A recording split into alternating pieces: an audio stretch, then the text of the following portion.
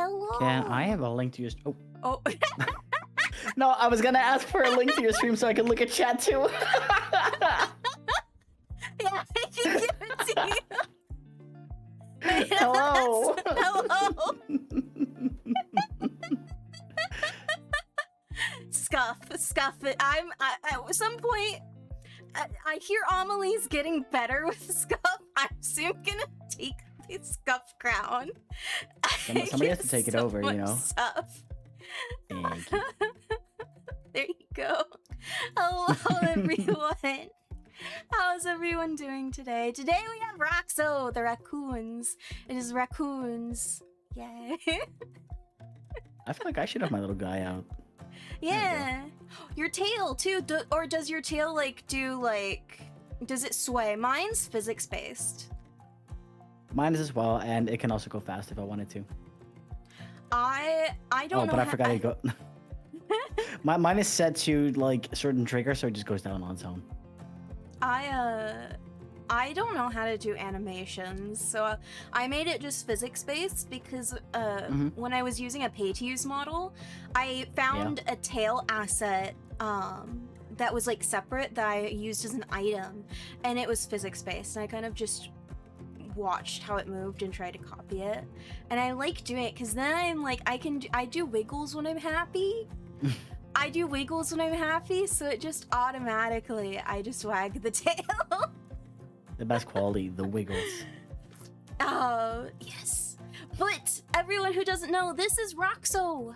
Roxo is an amazing artist and VTuber.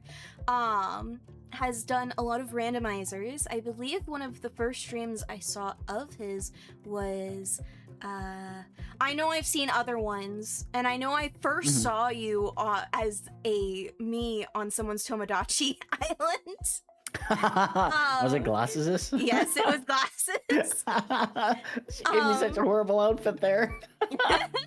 But I think it was your Majora's Mask randomizer is one of the first streams that I fully was like, not just like absently listening to. I was actually like watching, and then you've been doing some Pokemon.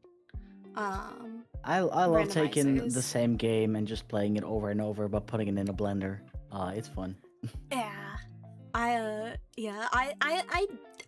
think I've only done one randomizer, but I never finished it.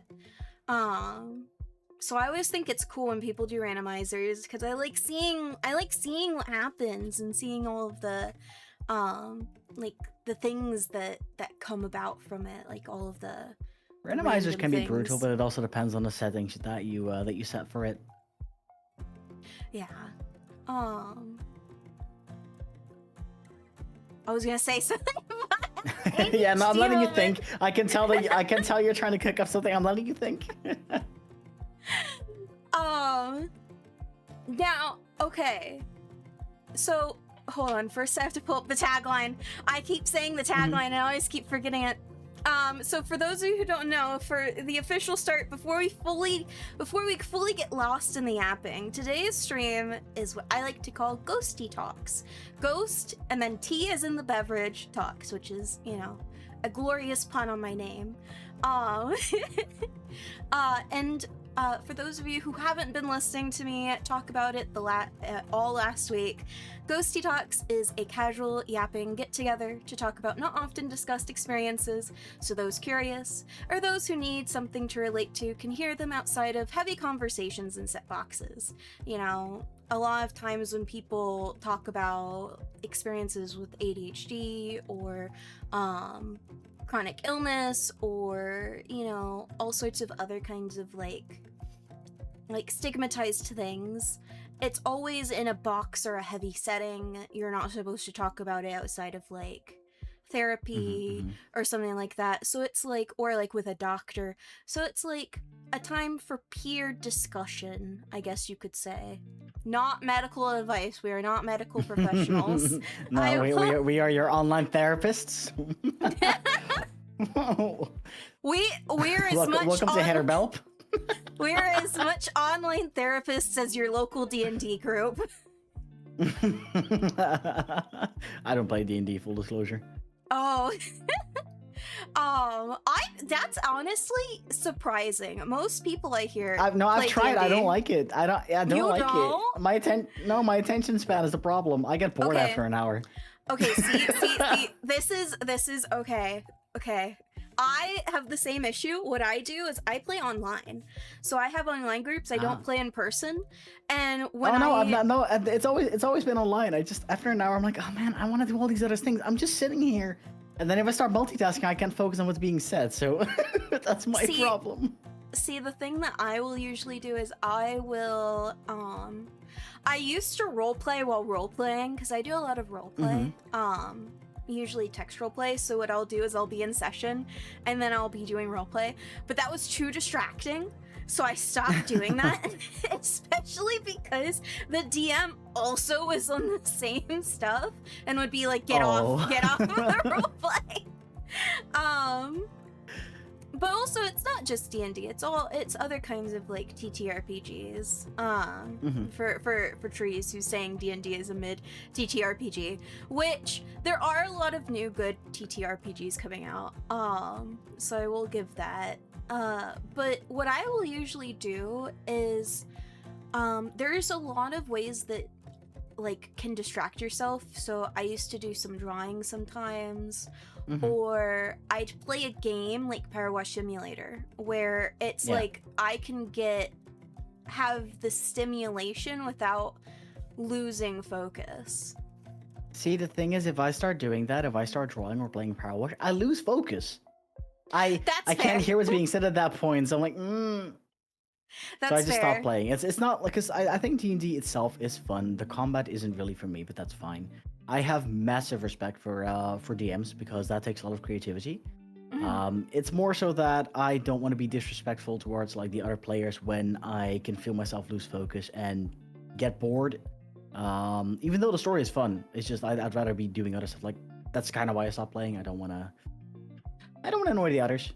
What you might actually like, if you like the setting and like the concept, I like fantasy and stuff. You can't focus, you might enjoy like roleplay servers. So usually it'll be like either a text or a play-by-post even. So play-by-posts, for those of you who don't know, is like it's like usually a Discord server. I prefer the Discord ones, but there's also different websites for it. And it's usually always going or on set days, and you'd post when you can. It's usually for people who have busy schedules or can't do an actual group. Or you'd enjoy something like in a video game. They'll have multiplayer servers and you can like roleplay in that. I did one of those once. It was super fun, but it was also my first time doing it, so I was super shy and I barely I was like, help. I barely got to flesh out a character. Was it a voice? It was voice. It was voice. Yeah, it was a Minecraft SMP, like a parasite invasion. It was super fun. Shout out to the host Lucia and Arissa. It was super fun. But I was super shy. I started when I started streaming, I wanted to join an SMP. And I even like I would put out like those like applications and everything that people would have up. Because at the time that was big. But then like I was going to start one with some people who I knew at the time, but it never really got off the ground. But then like time passed and I still want to, I still had that itch to do like an RP thing. So I did a Zomboid RP, which has voice in it. But I don't have time for it anymore because I have people who asked if I want to join their server. And oh my god, I had to spend 2 hours trying to get food and I couldn't get food. And then I had to log. I don't have time these days, but I do text RP in games, and that allows me to multitask and do the RP, which is always nice. I used to do the text stuff. It is fun. It's just that I've gotten too busy to like want to do it. And then I feel bad for like making the other party wait. I'm like, I'll just do other stuff. Yeah, that's But fair. it is fun. I used to do a lot of it when I was younger. I'm definitely not younger now. I just have less time for it. But I can understand why some people like make time and set time aside for either roleplay or just D&D or any of those kind of things. Trees says in chat, it also depends on the group. The way they and their friends play TTRPGs is that the game is mostly an excuse for them to shoot the shit for 4+ hours. There's also lots of conversation happening outside the game, and everyone's fine with that. Yeah, I have my Thursday evening and Friday evening group is the same group of people, and we'll usually just yap before and after for like hours. But it's also just an excuse for us all to get together, because usually we don't outside of it. You know, neurodivergent people sometimes don't talk to each other. I know. I was like, I have like the issue. I'm not gonna lie. I'm gonna be brutally honest. I've been like tempted to be like, hey, Roxo, wanna just vibe again? But then I'm like, well, you're busy and you had all these collabs. And I'm like, and you're still tired. So I'm like, no. Not necessarily tired anymore. I'm just dying right now because we're in a massive heat wave. ICB. ICB. Yeah, I'm like, because, okay, this is a question as a dumb American. Do you have air conditioning? I hear that you don't have air conditioning. Most people don't have air conditioning. No, we don't have AC. Okay, so I never live in Europe then. Let me open my converter again. Hold on, Celsius to Fahrenheit, because y'all can't make up your mind on what to use. No, it's well, actually, no. I think those are just that my friends are neurodivergent, so they understand Celsius and I don't. It's fine. So normally our summers, they used to sit at about like 21 degrees, which is about 69 Fahrenheit. And then at max, they would go up to 26 degrees, which is about 78 Fahrenheit. That will be our usual summers. But climate change is a beautiful thing. Yeah, so today it was 33, which is 91. And okay, in a few I was gonna days be like... Yeah, and in a few days we're expecting 38, which is 100 degrees. Now, here's the problem with it. Our countries, like, look at Germany, look at the Netherlands, Belgium, all those kind of countries. We were used to cooler temperatures. Again, 20 degrees isn't really much during summer. It's fine. You can deal with that without AC. You don't really need an AC for that. Our buildings are made to retain heat. So once heat comes inside, you can't get rid of it. Right now, inside the house, it is a crisp 27 degrees, which is 80 Fahrenheit. I can't get the heat out. I can't. That... I have like, so I live in, I've said it before, because, you know, where I live, it comes with a unique thing. Like, I've said it before on like my streams and everything. It comes with the unique threat of hurricanes. I live in we don't have those. I live in America's hell. I live in Florida. So it's I'm like, those temperatures you were saying before, I was like, that's winter. That's winter weather for me. Yeah, but the problem, because a lot of people are like, oh, those are baby temperatures. No, listen. On top of the fact that our houses retain heat, okay, listen closely. Have you ever heard of this DLC called humidity? Because we have a lot of it. It is a cloud. It is a blanket. It is disgusting. I've been to Spain. It was close to 40 degrees. It was fine. I can handle that. I was in California. We had really hot days. It was fine. It was great. I come home, it is like 10 degrees colder. It felt like hell. The humidity is a final boss. Yeah, I trust me, I understand humidity. I'm telling people who live north and who don't deal with humidity, they're saying like, oh, our temperature's like in the high 90s. And I'm like, okay, what's the humidity?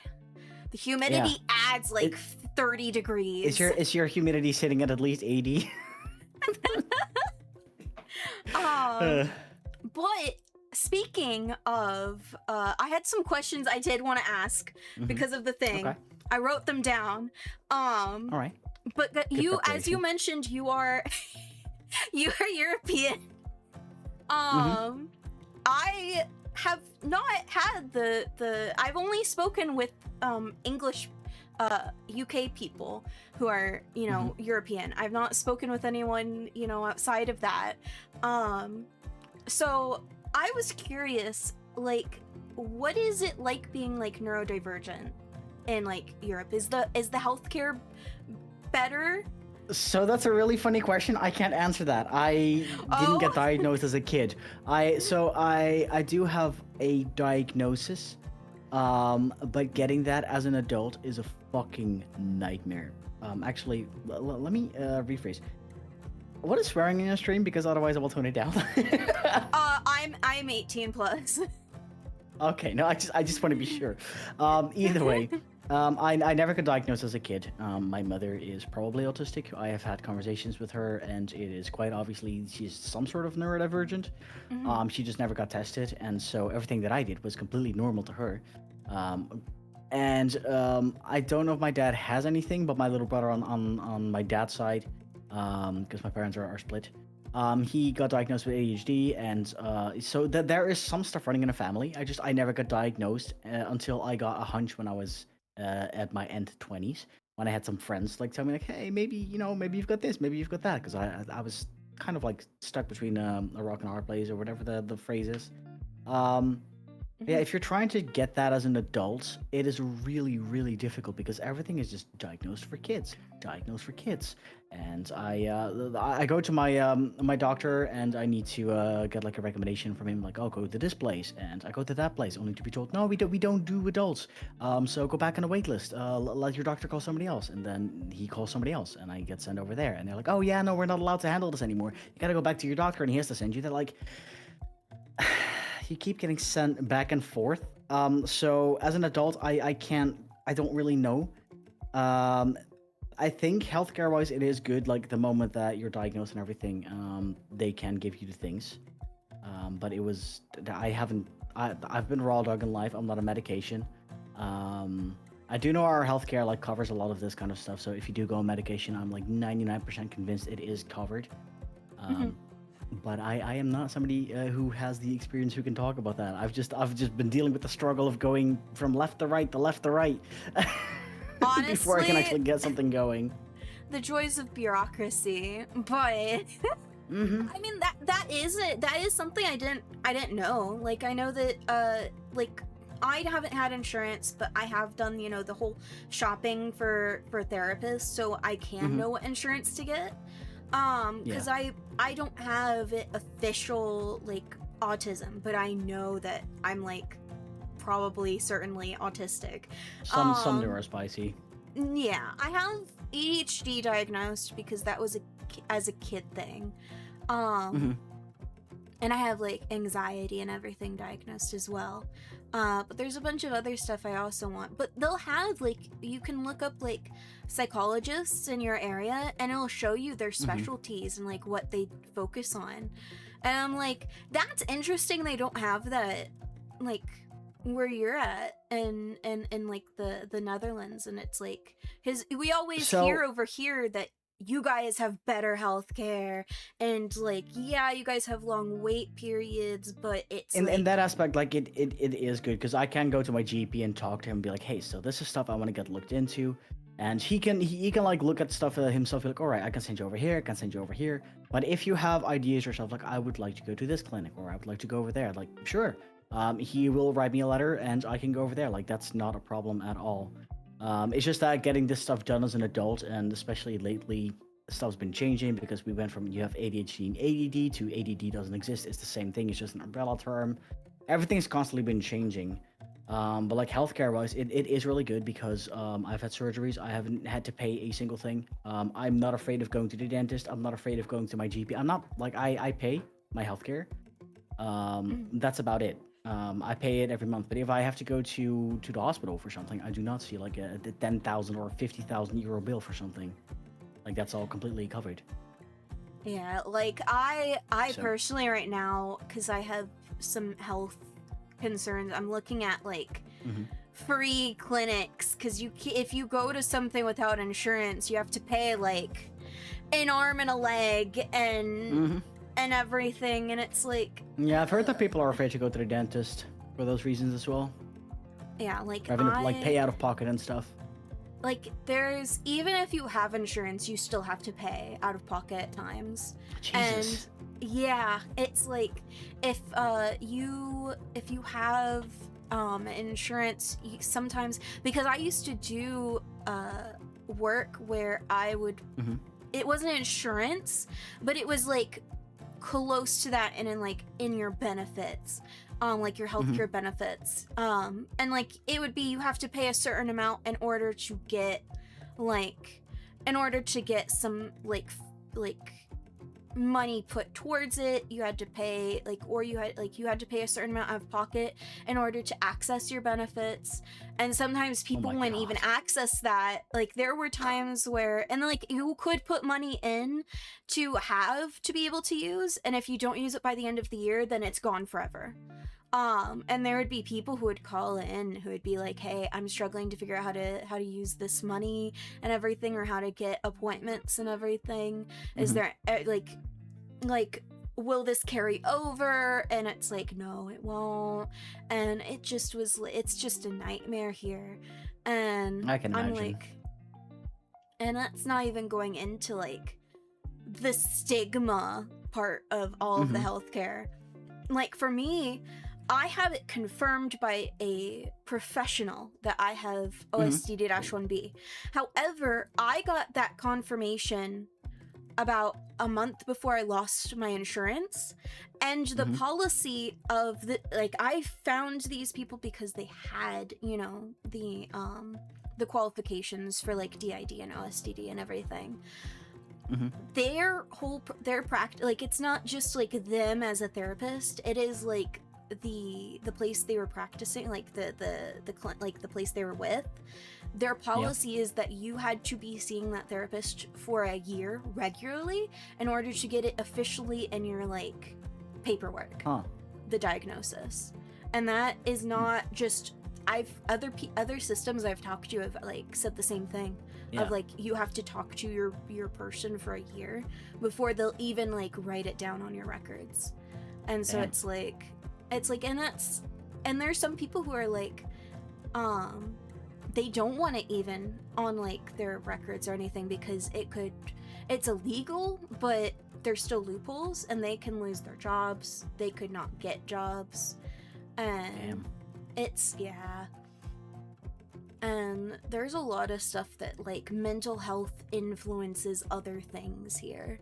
Hmm. And it's annoying and it's terrible, and it's why part of why I stream is to help end that stigma of mental health, because it's like people see mental health as something that makes people unpredictable, or like it makes them not productive. And while yes, I don't have a quote unquote real job, I feel like I add stuff to, society, just not in the way people expect. Hmm. And stuff like I that. feel like being open about mental health and like getting rid of the stigmas is an important thing. I talk to my community about that as well, and there will be days where I just randomly cancel stream. But I'll let them know, it's like, hey, I'm just dealing with my mental health today, and I'm not gonna push it because the smallest thing could happen, and I could just want to bash my head into a wall like 12 times over and over. So I don't want to deal with that on stream, and I don't want to reflect that on the community either. So I just take the day off, and I tell them as well, like, hey, I'll be fine tomorrow probably, but uh, it is what it is, and I find it very important to listen to your own limits as well.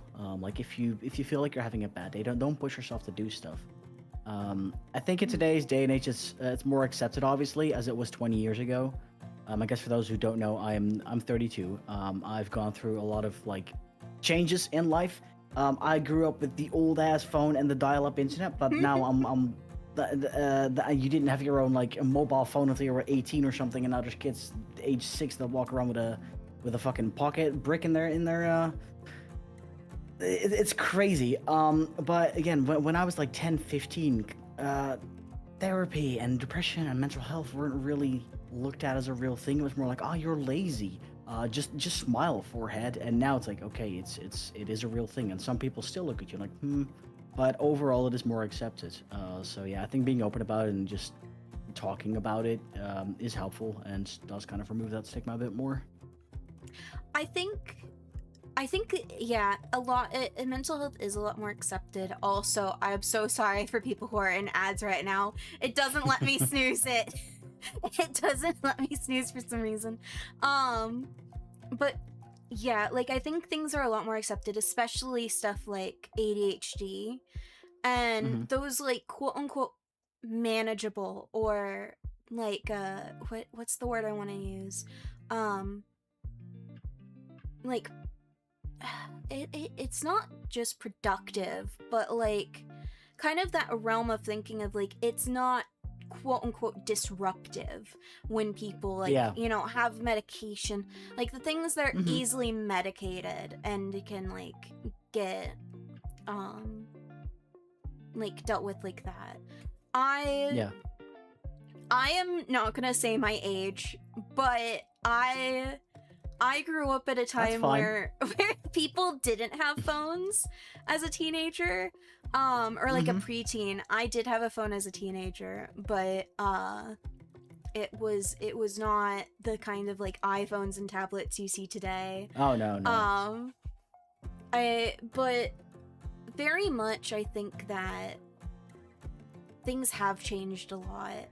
I know that when I was a kid, where I was like stuff like ADHD and getting diagnosed with ADHD, it was just like it's a kid thing, and then you get medicated and then you're supposed to be, you know, like but you never get rid of it. It's like it's in the brain. Yeah. That's like, also why I mentioned like a lot of kids or a lot of people, almost all people who have ADHD get, or not all, but like a lot of them get the diagnosis when they're a kid. And it's a lot easier to get, and if you want to get it as an adult, you have to jump through so many hoops in order to even get the diagnosis, because at that point you've also learned how to mask really well, which causes the next set of issues. That's I think an issue I feel like we're gonna have to deal with if we try and get officially on record the STD, because like we mask so well that like it's in its like habit, and it's also part of, you know, the whole like the whole OSDD DID thing is that it's for most people, for like a majority of those with it, it is a covert thing. Your brain tries to hide it from you even when you're aware of it. I have days where we're like, are we just making this up? Is this real? And then like you realize, if I'm asking myself this, then I am not faking. How can I fake if I am asking myself if I'm faking? So chat, is this real? Exactly. But it's something we do on stream of like, I know sometimes like one of our we have what's called you know, the stream team of like the system members who will front, and we have one of them, their name's Aster. They're usually very quiet and reserved, but they'll try and act like me when they're on stream and try and be bubbly and everything, and it doesn't usually work. It sometimes works, but not often. But not as I think they kind of are like, I don't mean to be doing this, but I'm also. It's like the habit of masking, and everything. Yeah. Calling the therapist chat would surely do it.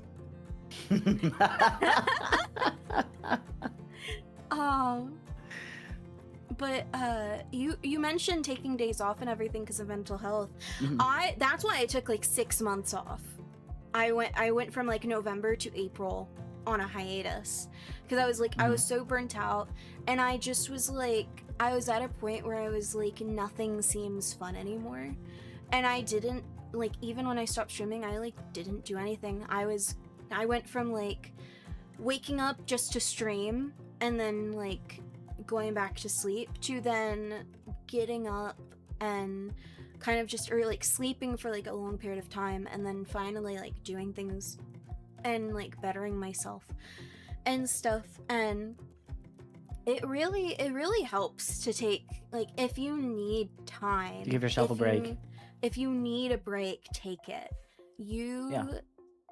don't ignore those things being like you can just push through it.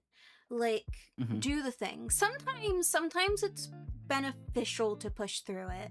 Sometimes it's beneficial to be like, if you're like, I don't feel like doing this thing that I'm supposed to do today, do it. And sometimes they'll help you. Like, I've had days recently that we've been like, we don't want to stream, we don't feel like streaming, but then we stream and it's like, okay, we're having You feel fun. better. You're talking to Yeah. people. You have a distraction.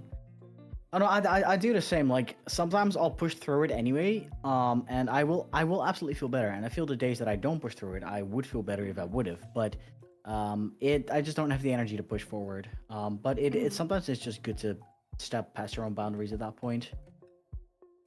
Yeah, like I do a lot of like easy games, I guess I could Mhm. say. Like I do Vintage Story, I do like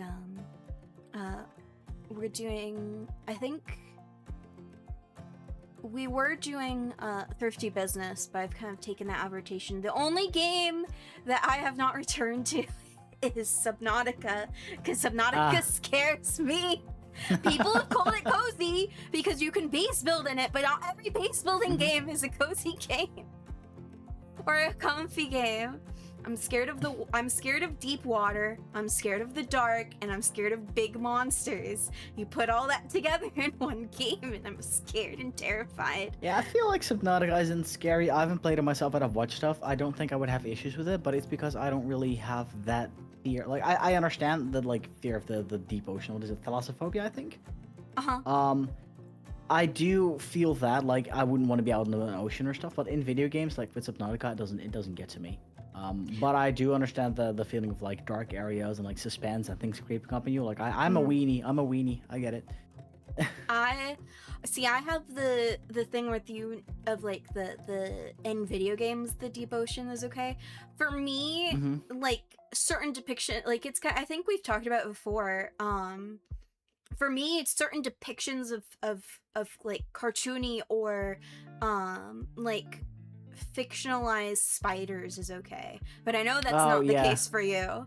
I No, watched your no. Twilight If Princess. if they look cartoony, okay, I'm fine with that. Twilight Princess, they're quite realistic spiders. If they're small, it's okay, but if they're so big that I can see the details on the leg, oh, I shudder. Because I'm playing through it again right now with my partner because she wants to see it. Mhm. And I just beat that dungeon. And I had to close my eyes every time I stab a spider. I'm like, ah, nope, nope, No, Yayla. nope. Bad reminder, Yayla. What are we reminding? She said daily Oh, reminder. the paws. No, I've seen it. I do like jumping spiders. That's the only type of spider I'm not scared of one bit. Because usually if we have spiders in the house, I have to ask my partner like, hey, it's you know what time it is.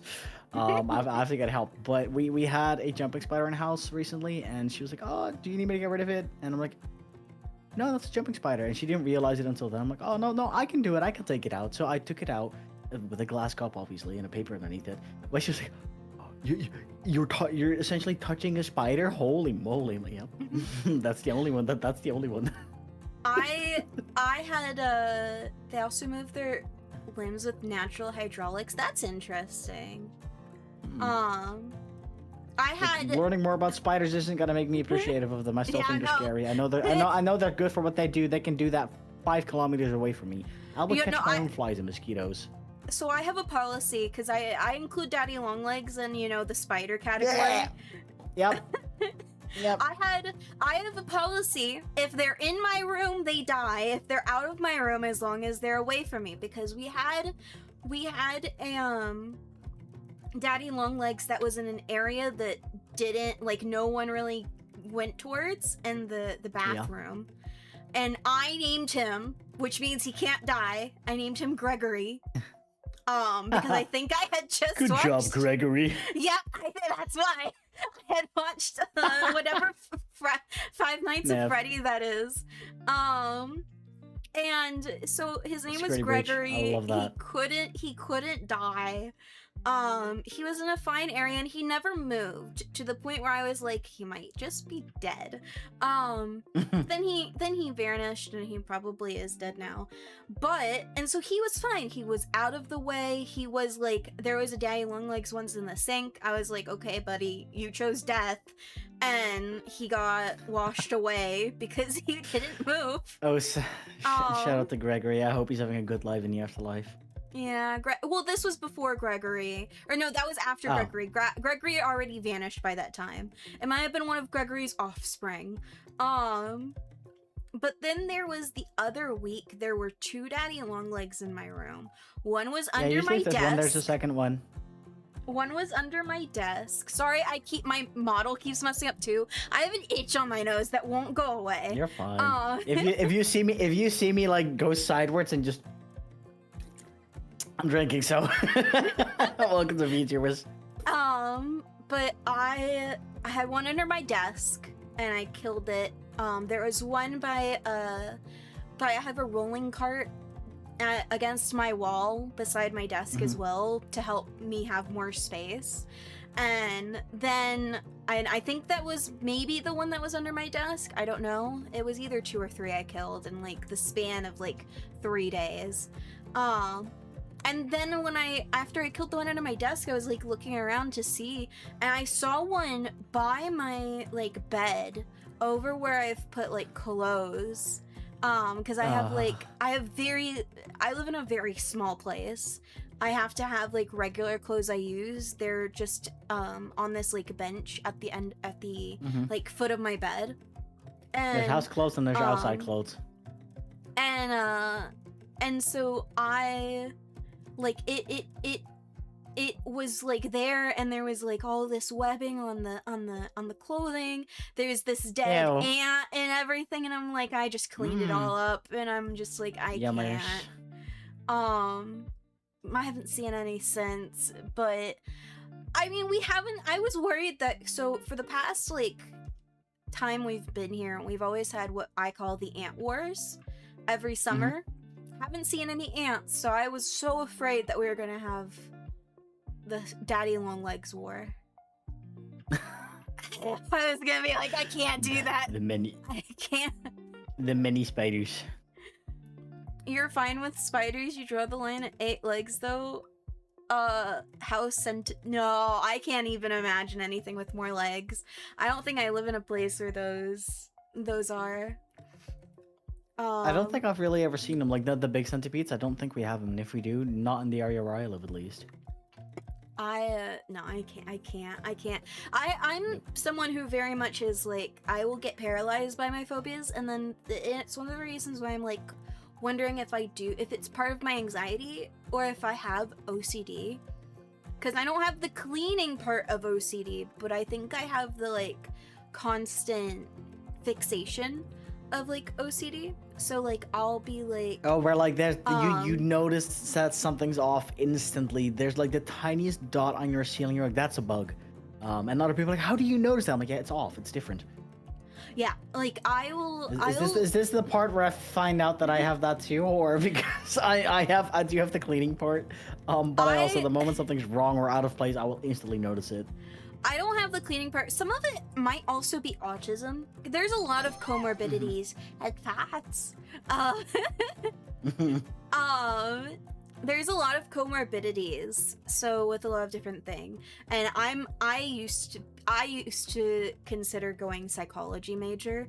I didn't. You can kind of tell that I am a bit of a psychology person because but I'm like, I'm one of those, when it comes to being autistic, I'm one of those people that doesn't have like, I can't list to you, the whole timeline in perfect detail and know all of the little nitty-gritty secrets of, say, like Splatoon, because that used to be a hyperfixation. I could probably for Rain World, but I was gonna say, what about but sorry like about the yawning. No, you're fine. But like I know like things with interest, and those things usually stay in my head. So like that's why I'm like Mhm. I know what comorbidities are, and like what the general usually comorbidities between different things are. And for those of you who don't know what a comorbidity is, it's symptoms that are shared between different diagnoses. So like with autism, you'll have your hyperfixation, and But that's the ADHD, you have same. that too. And ADHD you have that too, and also in OCD you'll have that. So like with OCD, usually you'll see it in fiction. It's just like you have to knock, you have to clean, you have to do all of that. That's not all it is. It's I think, I'm not gonna say it because it might be wrong. But usually when I think of like the kind of OCD I might experience, if I do experience it, is like an anxiety sort, where it's like if you a prime example of something I did one a while ago. My mom went to consider getting a third dog, so I was supposed to go out and check at the dogs at this one place.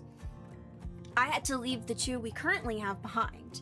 I started to tremble and cry on the way there, to the point where I had to turn back around because I was so afraid the dogs were getting into something, that even though we haven't had chocolate in a while, there was chocolate in the house they could have been getting grapes, and like that they were going to, something was going to happen, they were going to hurt themselves, and I wouldn't be there.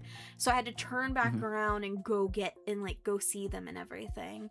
And make sure that that wasn't happening. Yeah, I think my agoraphobia also feeds into any possible OCD I have, because it's always usually about leaving the house and being outside. But like, yeah, with the OCD, I'm like, oh, well, something's not right or something's out of place. But also that could be autism, because it's like when I have to move things and I can't put them back the exact same way they were, my brain can't handle it. I shut down for like a good hour or two before I can like be like, okay, I'm used to this again. I mean, I guess the human brain is a weird thing because you have very little control over it that way. The human brain is very interesting. You can kind of see most how interesting it is with when you look at like when you have like various different systems together and they're talking about their different experiences, because you'll have like someone who's like, I have an inner world, which is like where system members kind of quote unquote live when they're not fronting. And then others will say, we don't have an inner world, we just kind of have it's just all black until we come back again, or all like void until we come back, like it's like a blank spot, like a blip. And then others they'll be like, oh, we're a system of primarily introjects, which is like for those of you who don't know, introjects means that those are alters who take from something else, be it real people or be it fictional characters. So an example I like to say is you can have an introject that's Alexander Hamilton from the musical Hamilton, or you can have an introject of Alexander Hamilton that is the real president, Alexander Hamilton. Godspeed. Or not, was he a president? No, he wasn't. Was he? No. Don't ask me about America. Oh no. Don't ask me about presidents. Myself. I don't know, man. All I know is that we ate our own prime minister at some point. So. You what? Oh yeah. Yeah. Wait. No, this was many years. This was many years ago, but something was happening in the Netherlands, and they didn't vibe with it. So the people just said, fuck it. Did they literally eat the rich? No, they ate the prime minister. I don't remember when this happened. This is long ago. But it happened. When did the Dutch eat their prime minister?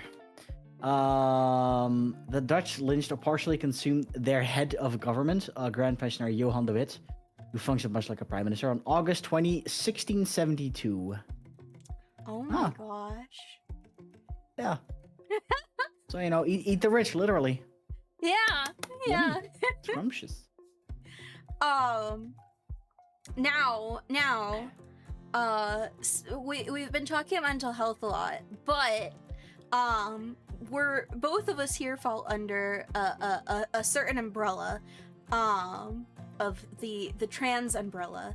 Hmm. You trans and me gender fluid, with trans, people living in my brain.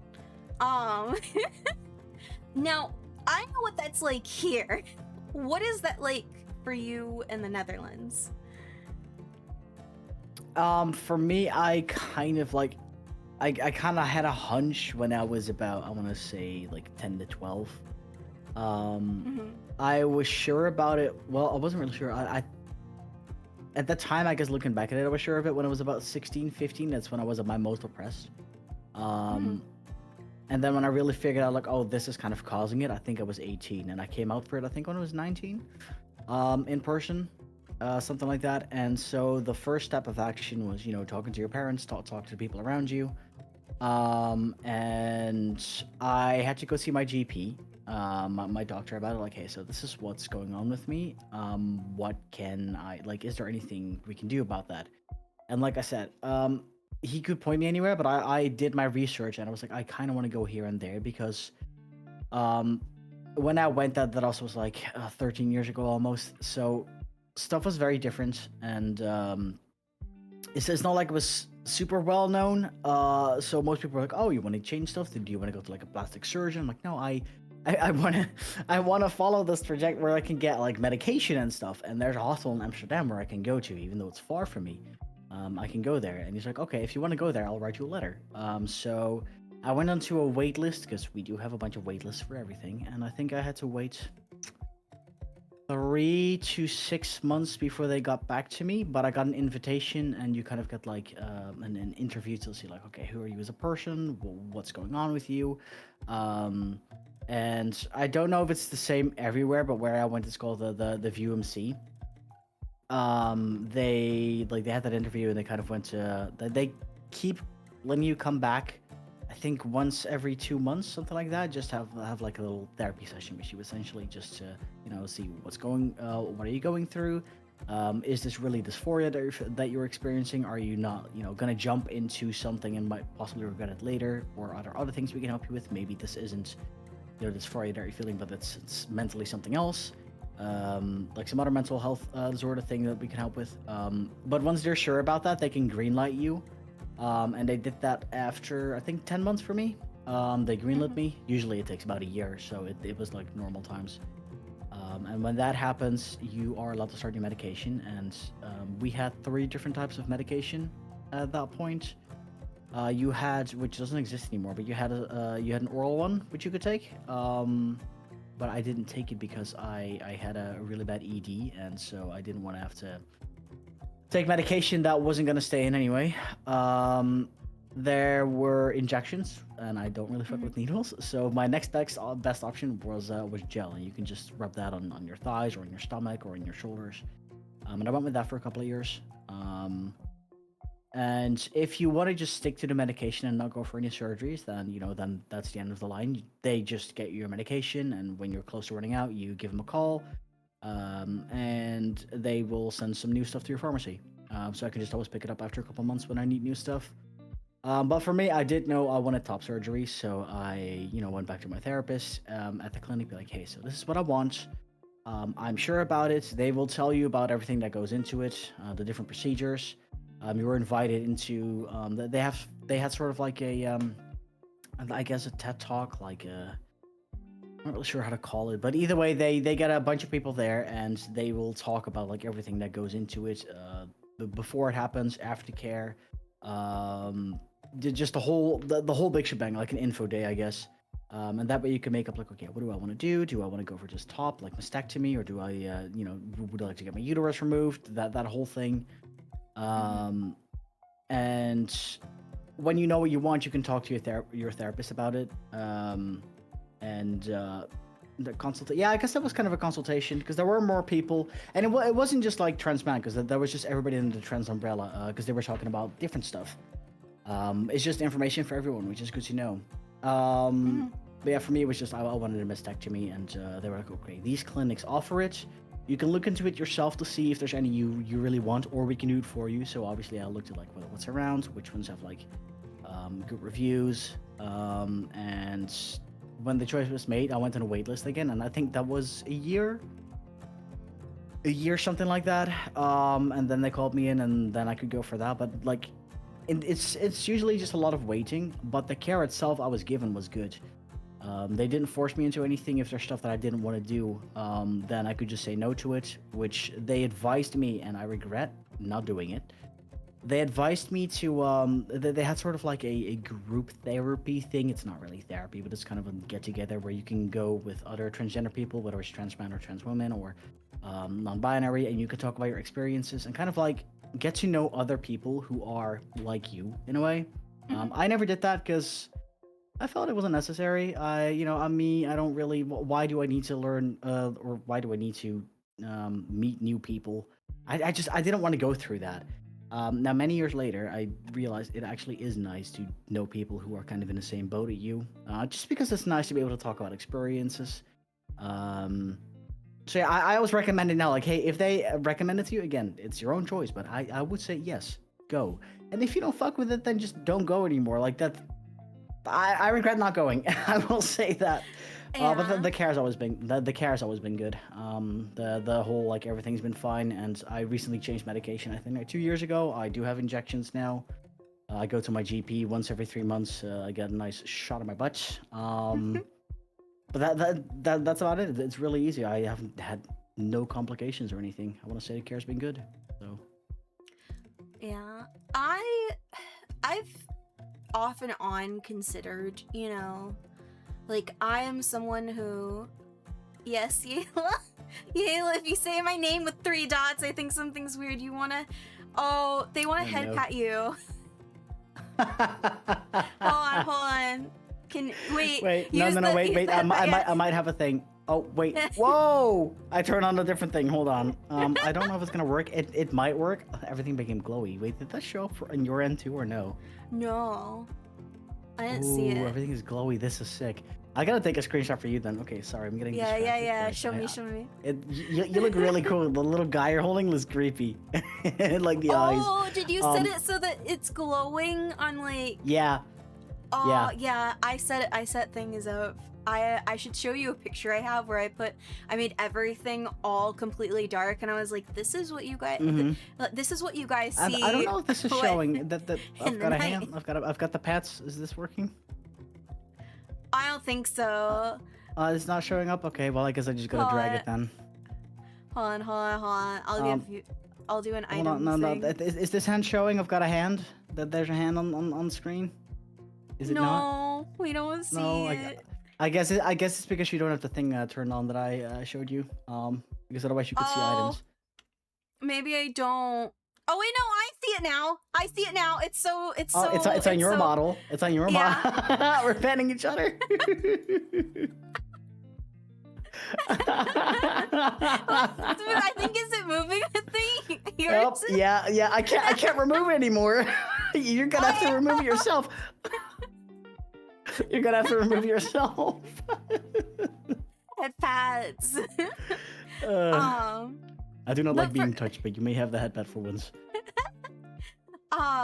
For me, with my being non-binary and everything, and even like those who are a lot more, from femme like identifying in our system, we still, all of us, we still have like, there was a time where we considered, like not full chest gone, but like a reduction.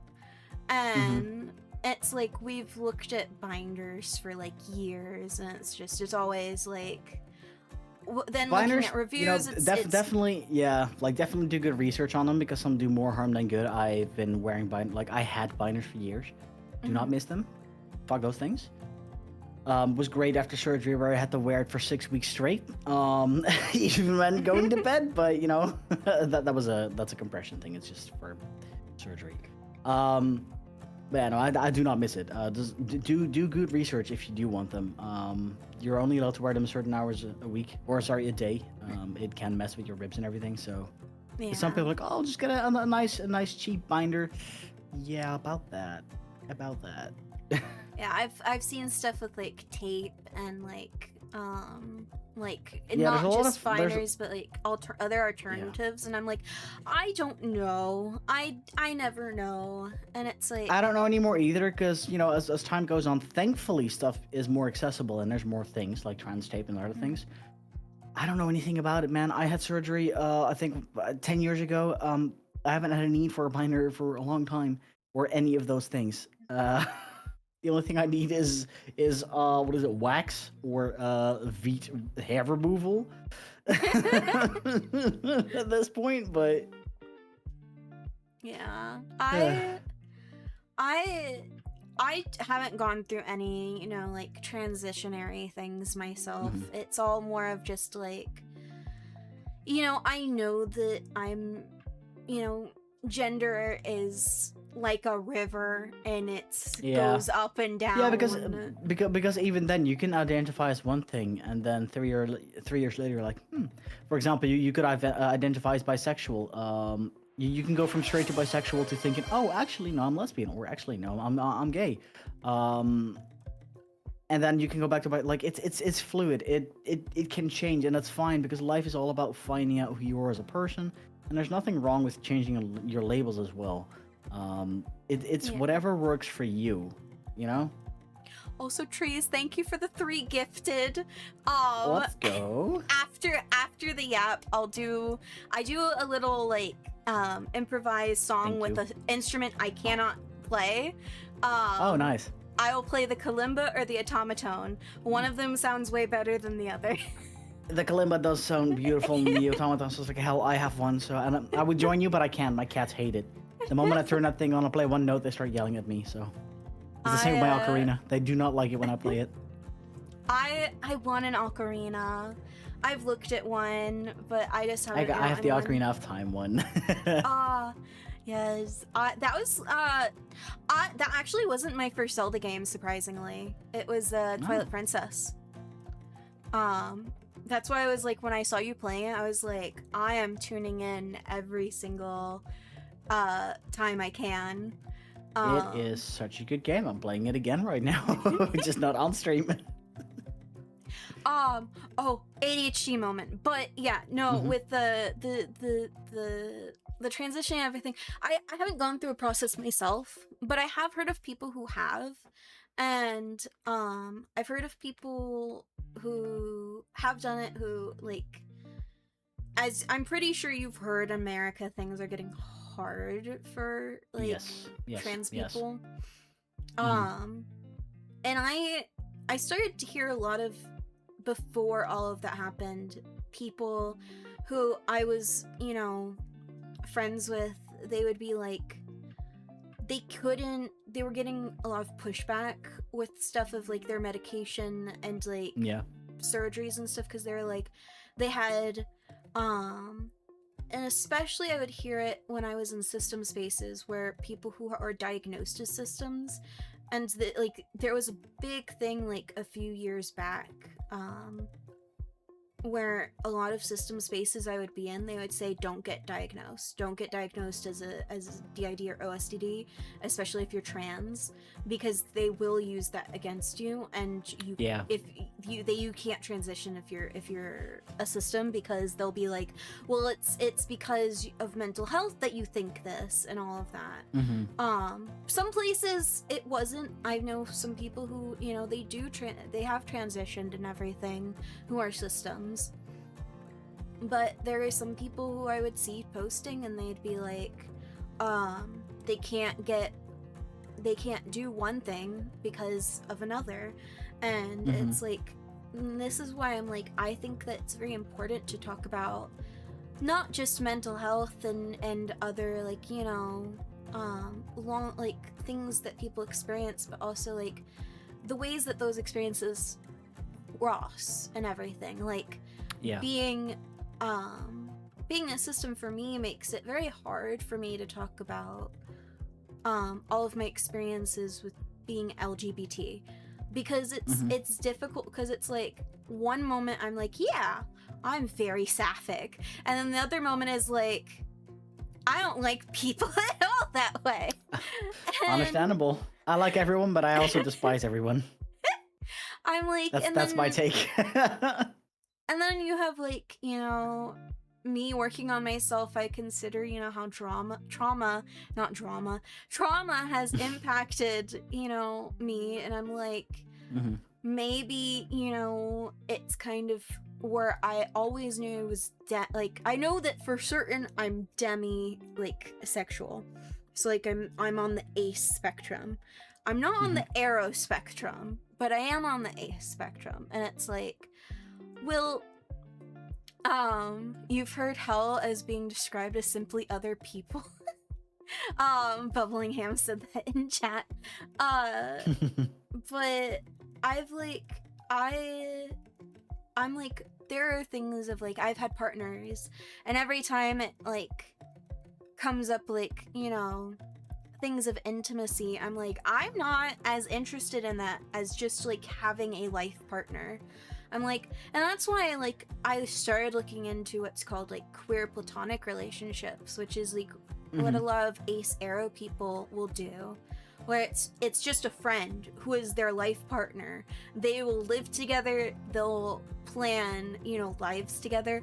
Sometimes they'll even have children together. They'll adopt or something, or have actual children. And it's like, that sounds nice and interesting, and I like that. But Yela, I feel like I have talked to you about this before, Yela, in one of the chats we've had, of, because in like, yeah, because I'm like, it's a nice thing. There was some people who I would play Splatoon with that they were in a queer platonic relationship, and that's where I really heard about it from. But yeah, it's like, I think that's like, I think the one thing I know that I'm like is certain, like, no matter what, I think if I ended up in some kind of, you know, partnership with someone and it was only just a queer platonic relationship, I think I'd be comfortable with that. Everything else is an unknown for me. Yeah. Which, yeah. I just know I that have lots of experiences on things, but it's I am ace. I like I have experience. I try stuff out, but again, at the end of the day, I don't like any of it. It's not for me. But you know, I tried it because why the fuck not? I guess it was like, you're curious. Yeah, no, it's not for me. Not for me. I knew it, but at the time, you know, why not? It's not like I hate it, but it's just, if I could choose that or opening a pack of cards, give me the shiny cardboard, man. I want to gamble.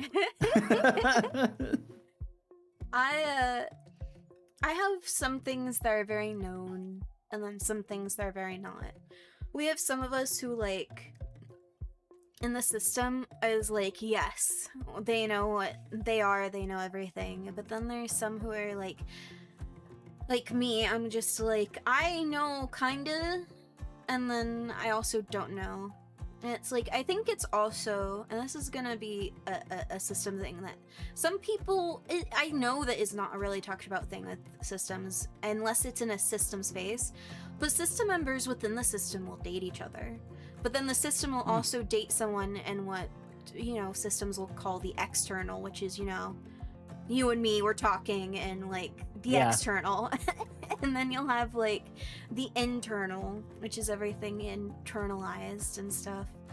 And it's like, I once, you know, was telling someone about that, and it made me start to, you know, it was someone in like local that I was telling about like being a system, and it's part of the reason why I don't talk about it a lot. Of like, sorry, my dog is napping and she does her nap sounds. I was like, is she barking at me for attention? What's going on? No, my cats do it when they sleep, and then they'll wake up and just go. I always think it, but you make really like good at like animal sounds. Like you do your raccoon. Thank you. And then whenever you do the raccoon, I try and attempt the raccoon, and I'm like, and it's like, I don't know how you do it. It's got to do with I guess rolling your R, because I use that for a lot of noises. Because my cats do the same thing, but also when in Dutch it's not like we have a super hard R. It depends on where you live, but if you say like there's this area called Groningen, and you do use the gr, it rolls a little bit in the back of your mouth. I can do like a grr sound, but I don't think Yeah. that's like. But the Right. that is Grr. part of what I use for my noises. That's what I use for it. Oh god, the ADHD kicked in. I forgot exactly what I was thinking about and talking about. Mhm. But Yayla says, "Go see." She thinks she might be poly or something like it because she finds it impossible to dedicate herself to only one person, and being there with only one person stresses her out. But if there are two others, so you are a triangle of mutual love. Sounds so nice. Yeah. I think that kind of thought came from being like discovering I was a system and being like there are system members who are like together inside the system, and then Mhm. also like there would be external interest in others, but I've not actually been in a poly relationship. It's not for everyone, but for some people, it's ideal. As long as it's, communication. Communication is key. Yeah. It's always key, but especially in a polyromantic relationship, There's a because difference. you're not just dealing with one partner. Yeah, you're dealing with more than one. Because there's like a difference between like dating multiple people and then like not saying anything. Because I did like look at like stuff on it back when I was first like looking into a bunch of stuff with like different types of relationships. And it's very much like you do need to like communicate if it's going to be everyone equal and everything like that. And like then there's different types of like the relationships of where not everyone is dating each other, or people are all dating each other, but then like maybe one person has people outside of that relationship. Oh yeah, and it's just you have to set boundaries super early on. You have to mention like, hey, I'm poly, or polyam is I think usually what people like to say, because I know from like some different social media circles I've been on, there is like the Polynesian, I think it is. They typically will say poly, and then it's like they talk about like, I don't know. I'm yeah, no, it's online different. a lot. I got what you mean. Yeah, it's like I always say polyam because usually like I've heard in different places that some people don't like it when anyway. I'm one of those people that's very much like, if I see people don't like a certain thing, I will make it a point to try and avoid doing that. Like no, I get it. Like it's such a small change anyway. Like, hey, if people generally don't like being called this word, then just listen to them. Yeah, like, and I also like try and make it a point to tell people things, especially like the different kinds of people who I just tend to like find and meet through like the role play I do and everything, and the groups I'll make with that. There's some people who have used the R word, and it's like they don't mean it in a bad way. Oh yeah. But like I'm like, hey, because I have as recently of like 2019, 2020 been called that. So Yeah. I'm like, hey, please don't use that. please don't use that. And usually they'll understand. If they forget, then I'll usually make an upset face, and then they'll be like, or like an emoji, and then they'll be like, oh, I'm sorry. And like I usually use the emoji to be like, hey, I'm not super upset about it, but still, like, just it's kind of like a in my head a goofy way of being Yeah. like, No, but in general, that yeah. word like still has and leaves a bad taste. It just doesn't really have a good connotation to it. It's always been used in like a derogatory, negative way. Hmm. And you also have the F slur, but that one is kind of like it's a mixed bag because it's it's reclaimed, it's being reclaimed, but also like who uses it, what for? Like if a random guy outside wants to call me that, then it's a derogatory thing, it's a bad thing, it's not good. But if one of my gay friends wants to use that word, I do not care. Like it's fine. Like that's their choice, and they're using it in like a funny way, and it's not in a negative way. I don't mind, but like that's a whole different thing as well. Like there's a lot of words like that that are bad and that just Hmm. can't be reclaimed, shouldn't be reclaimed. But if people want to, like with that one, that's their choice. It depends on who uses it and the setting for it. But with the R word, no, I agree. Yeah, like there's always the argument of, oh, it's just a medical thing, and like, and Mm-hmm. like stuff like that, but I'm like, it's still Medical or it, not, if it's used in a negative way yeah. and it has been always used as in a negative way, it's never like like is there a positive thing here with the R word? That's not a thing. It's always in a negative way, and then specifically to try and diminish people, like call them dumb and that kind of stuff.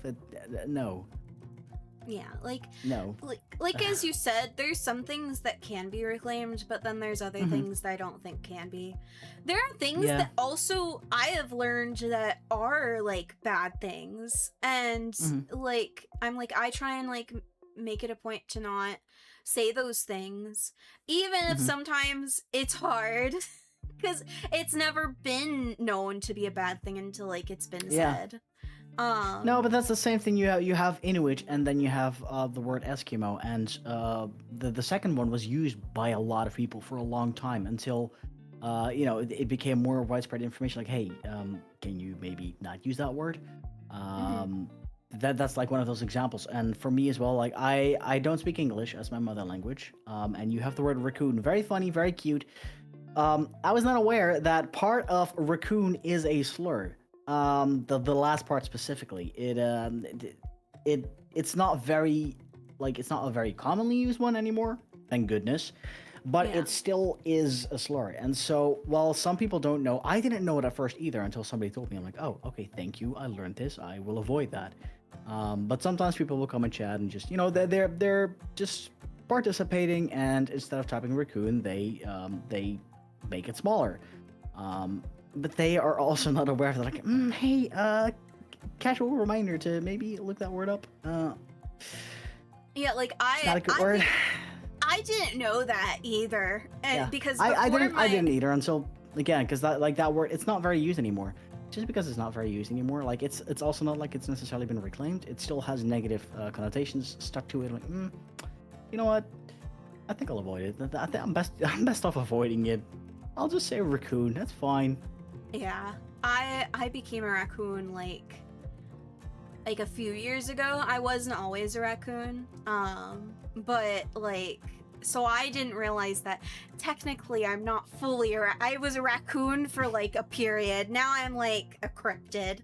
Uh, Mm-hmm. but A cryptid raccoon, a craccoon. also late notice to the thing of like trees saying don't have the mental energy to keep up with multiple partners. That's also very valid. Yeah, um yeah. I don't think I have the mental capacity right now to keep up with one. I wouldn't be able to do more than one. um but But I also imagine it's a really nice lifestyle to live. Like as long as you're open and you communicate with your partner, it's a very trusting relationship. So I do think it's beautiful if it's something that you have no issues with and you can live that way. I don't think I could, but I respect people who can and who do it. Like I have no issues with it whatsoever. mhm. I know people who have been and everything, so I'm like, Some and of my friends are or were in polyamorous relationships or like open relationships, and again, I think it's beautiful. Just communicate with your partner, and yeah, that's all there is to it. Just communicate.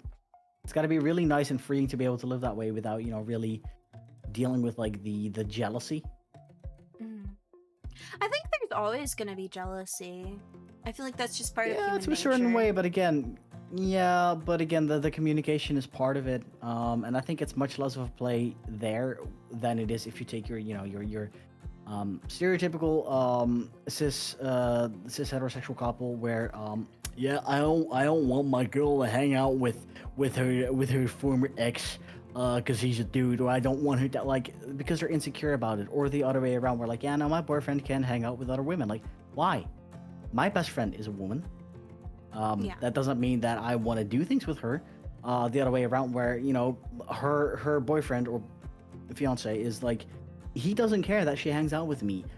He trusts her, but he also trusts me to not go off with her, and I wouldn't. I'm happy for her that they're together and we're best friends, but that's as far as it's gonna go. I had a speaking of like relationships, I had a relationship where one of my first ones where it was an issue of communication. I like long distance. Mm-hmm.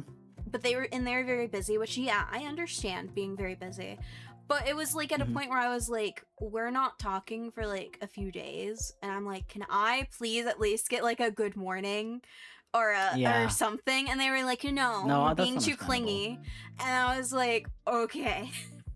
And I think that like there's things of like relationships of any kind can have a really big impact on people and how they like take it away. Like for me right Yep. now, as I said earlier with you as an example, I want to like see if we want to be interested in hanging out or just like doing a vibe, just like very chill. And Mm-hmm. but I've been worried that you're too busy, so I don't want to bother you by messaging you. And I think that kind of is like something that I took away from like that kind of like relationship of mine.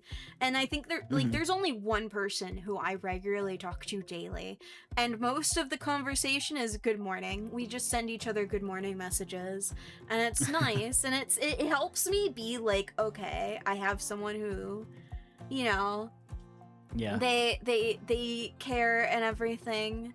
And then it helps me be like, okay, I can get through the day. The day starts good because I got my good morning from my For me, my friends. ideal message chain is just do not tell me hello, do not ask me how I'm doing, send me a meme, send me something stupid, get straight to the tea that you want to spill. Whatever it is, do not ask me how I'm doing, and do not do small talk. I despise small talk.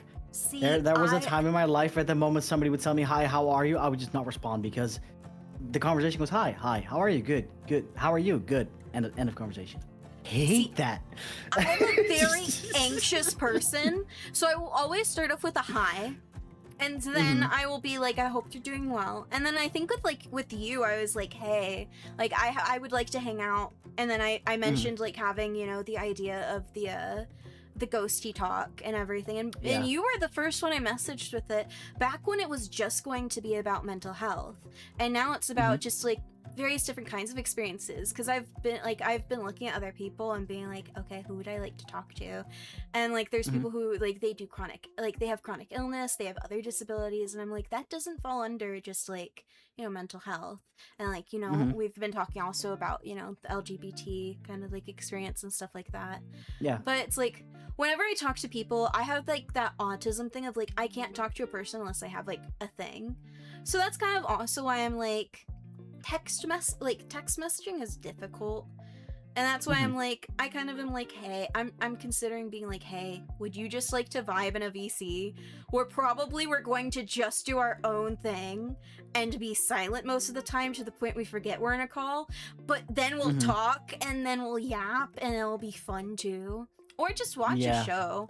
I have a dropout subscription, and some people I know don't. So I'm like, oh, I can show them. Brennan Lee Mulligan. But yeah, the hi, how are you is a conversation black hole. Yeah. I sometimes will just do small talk with people so they know I'm still thinking of them and caring about them. But I'm not Mhm. someone who finds memes. I am like, for someone who's chronically online, I am so online oblivious. For me, I if I don't know haven't spoken to memes. somebody in a long time and I realize, I will just like, there's nothing wrong with a hi, how are you? I just personally don't really like him. But instead, what I'll do is like, hey, been a while, hope you're doing well. I love you, still thinking about you, something like that, and then I drop it, and then I'll get a reply back, and like, okay, that's fine, but at least I think about them. But for me, if it's I think, and this is more a tip for a lot of people, because if you're trying to approach somebody, whether it's for a collab or trying to get some information out of them and you don't know them, and especially if they're like streamers, content creators, artists, never start with hi, how are you? Start with hi, and then follow up with what you're looking for, because if there's something that not just me, but a lot of people are sick of, is pulling the information out of the other person. Tell me why you're approaching me. What do you want? What can I help you with? And that's not in the sense of like, I'm too busy to talk to you. It's just I want to get this conversation like done. I want to give you what you need. Or I want to know what this is about and not have to pull it out of you, because it's exhausting, man. It's Yeah. just I I would much rather read like 6 paragraphs than hi. I'm not big enough where I'm like so exhausted from social interactions. Yeah. But like I do get very tired after stream, and I've noticed it, and it's something we're trying to improve on. But when we've Mhm. finished streaming, the person who is fronting during the stream will just like, as like a visual, will just like, that scene from Kiki's Delivery Service where she just plops onto the bed. Yeah, Yeah. that's kind of what they do, and then someone Mhm. else is kind of just like shoved into the front, and they're like, okay, well, I'm gonna do what I'm gonna do Jesus, casual take the wheel. things. Yeah, but we're actually we're actually like, we're waiting for today, seeing how today goes. Yeah. Because this is the first one, and I'm sorry you're a bit of a guinea pig, but No, it's fine. It's fine. I really did want to talk to you first, because I feel like you're really cool, and B, like, you're so chill. No, but thank you. And also fellow raccoon, but also you have a lot of interesting experiences that are different from here that are like, I knew would be interesting to hear about and everything. At least for me. I'm flattered you wanted to have me on. Thank you. Yeah. But like, I know I have a list of people who I'd like to reach out to and everything, and I'm like, I know that like reaching out, it's gonna be like, you want to reach out, like, from my past experiences with trying to do collabs with people I don't know and everything.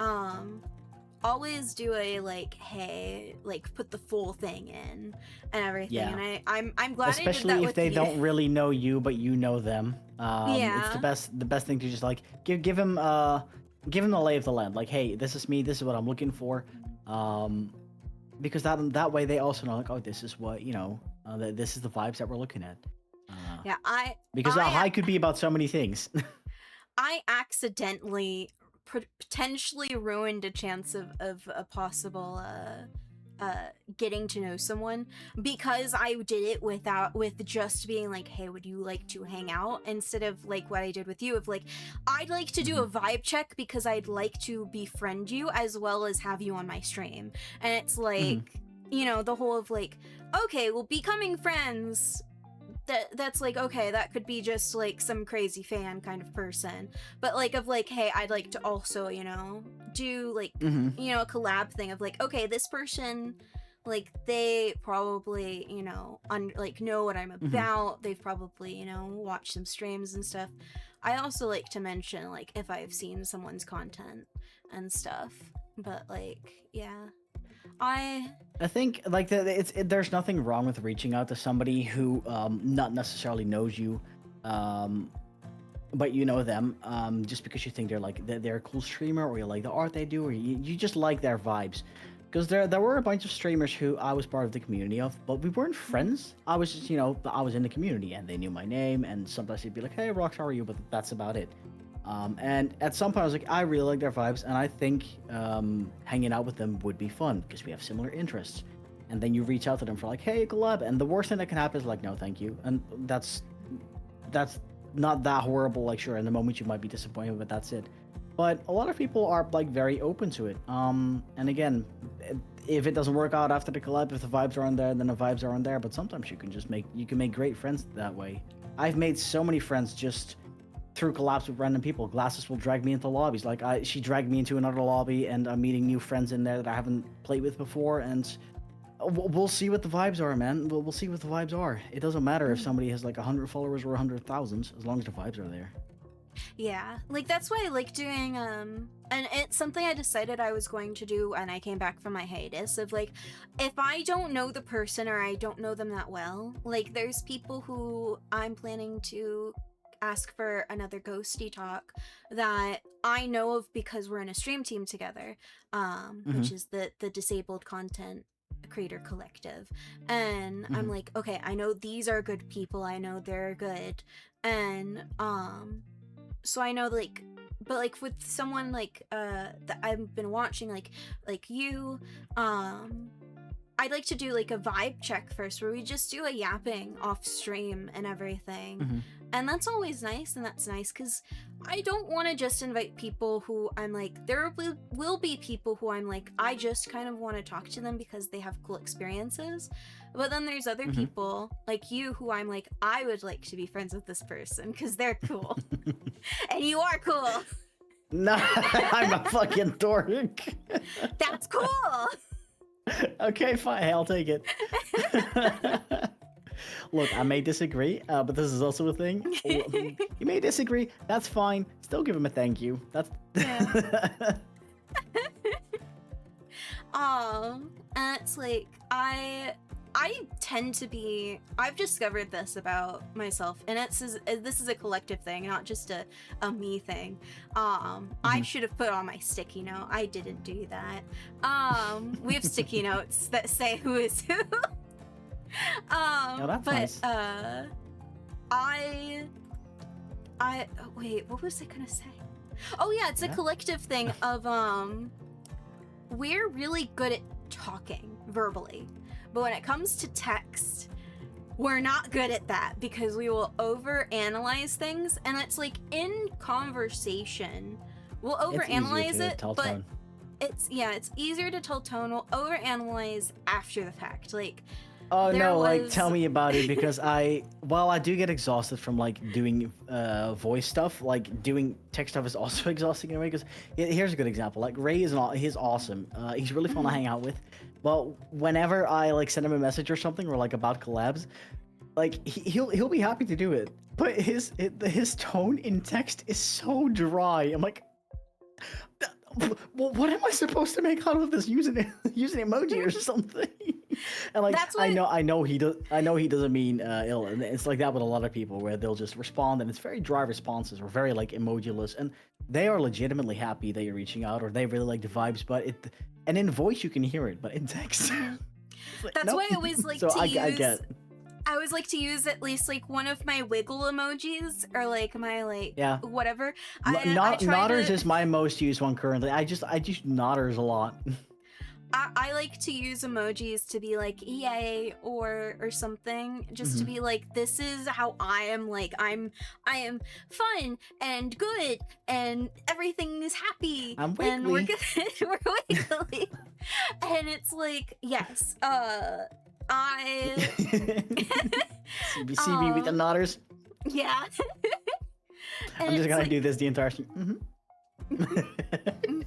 That's why I rigged my hair to be so like as it is. And if I ever, because I do have plans to like try and reach out to a rigger and be like, hey, can you help finish some things that I haven't done? I'm gonna tell them, hey, you can maybe fix some stuff about this, but please keep like the essence of the physics intact with like the hair especially.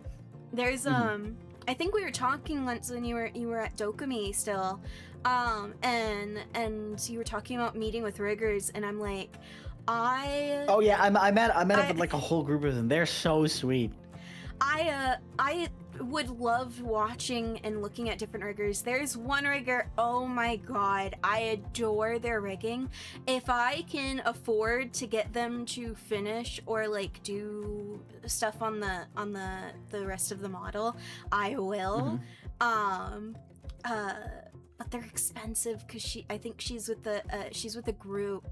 I don't know if you've ever heard of Hime. Rigor Mortis? Oh, Hime Chui? Hime's a sweetheart. They did the rigging on Jax's model that I drew. That's where I actually... Yeah, no, Hime's great. Hime's great to work with.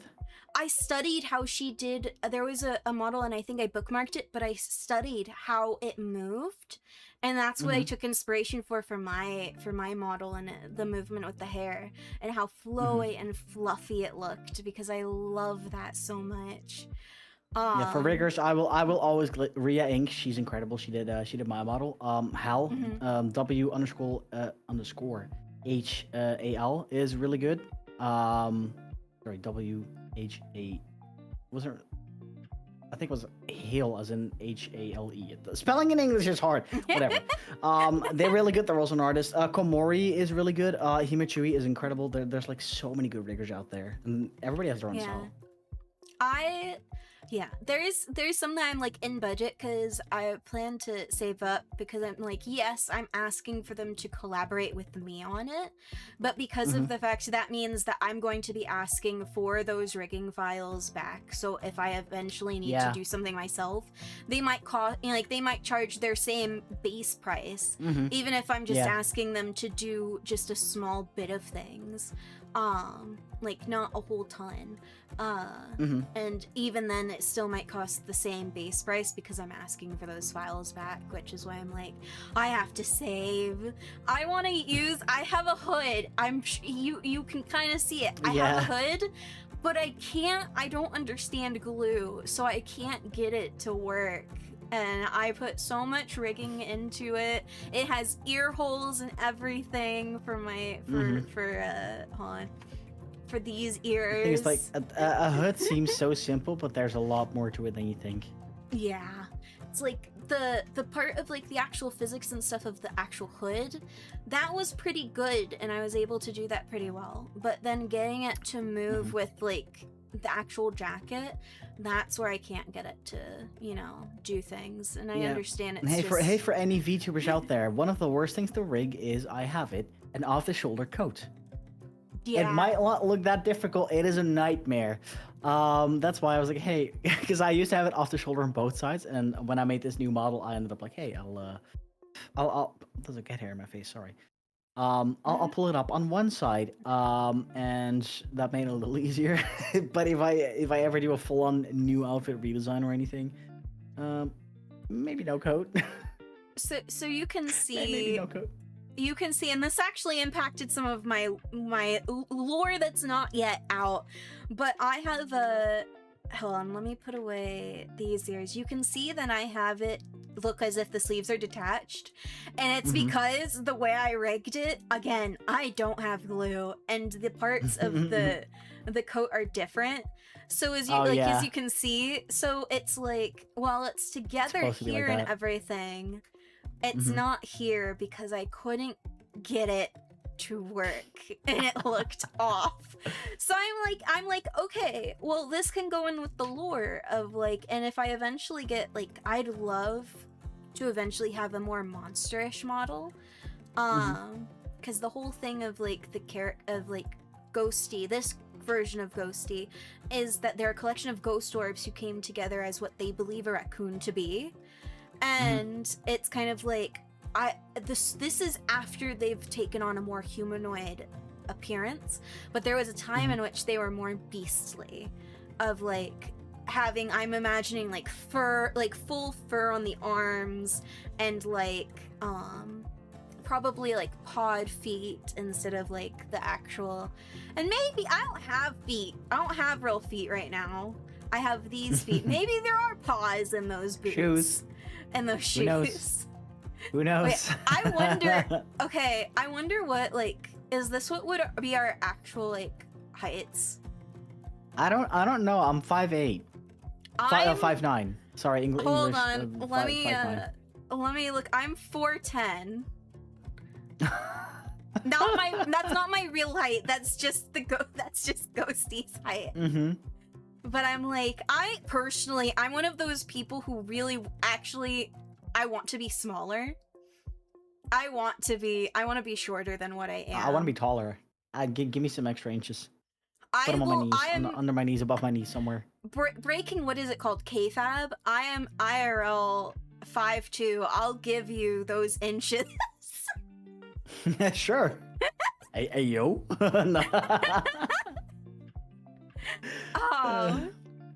I think this would be the height. I was like, I kind of really want to see. It's easier to tell if I take the coat off. Hold on, let me. This is a 6 foot versus 5'11" experience. wait, no, that's the. How do I take off? There we go. This is me taking off my coat. The wiggles. Yeah. Wiggle. It's just fun to wiggle. I really love the hand motion. You don't get to see it because I really love holding my ghostlings. I want another ghostling version where my ghostlings can be on my head in between like the horns. Oh, that's cute. That would be cute. That's yeah. cute. Let me that feel way. my hands. That way. Hands filthy. The raccoon ombre with the hands. Yeah. Fun fact: my toes do the same thing. Do with that information what you will. Artist, Technically, you can see it. Oh wait, there's a sock on that one. But on my other leg, if you look, there's a little bit of a gradient coming out from the sock. Yeah, I see the boot, it. there's a little bit, but yeah. Artist, do with this as you will.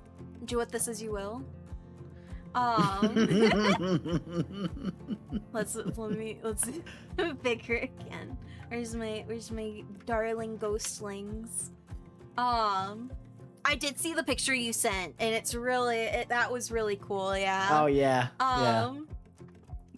Wait, what do you mean by that, trees? But I'm like, what got you into like streaming and like got you into like specifically the kind of like theme you picked with the kind of raccoon theme? I'm an elder emo. I don't think I need to add much to that. Yeah, I think it shows. I was gonna say the emo thing, but I'm like, that's kind of obvious. And no, it's obvious because it's true. I know it was not a phase. Mom, it's not a phase. I still live it. No, picking up streaming. I started many years ago, but it was like very sporadic, and it would just be to like do an art stream for friends who wanted to watch. I didn't have a PNG. I had like nothing. And then I dropped off the face of the earth. Like I hit affiliate, and then I dropped off the face of the earth, and I just didn't stream. And then VTubing became a thing, but I had no idea what VTubing was. I did not know what that meant. The only thing I knew about it is, oh, that's a moving avatar. That's cute. I want to do that with an OC. I think it's really cool from an art aspect to do that with OCs. So I drew an OC of mine. And it was really fun to pilot. I was like, ooh, I like this. This is fun. And I would stream with him every now and then. And then I realized, hey, actually, I kind of like streaming and I like making a community. But if I'm going to do that, I'm going to have to do that with something that's more me. Not the OC specifically, because the OC is brown skin. I don't want to, kind of like put up a mask like that and make people wonder, like, hey, is this guy, like, is he brown or not? Because I had some friends who were like, wait, Rox? I'm like, no, that's no. I'm a white guy, but that was an OC. And I only had him for a few months. And it was a for fun thing. But yeah, if you're gonna do VTubing and you want to do something that's you, I was like, what do I want to do? What is me? Oh, first of all, I'm allergic to color. My first my 1.0 had some color on it. It had some holographic things to it, which I thought were fun. But again, I wasn't comfortable with it. And with each design, I just try different things because this is my 5.0.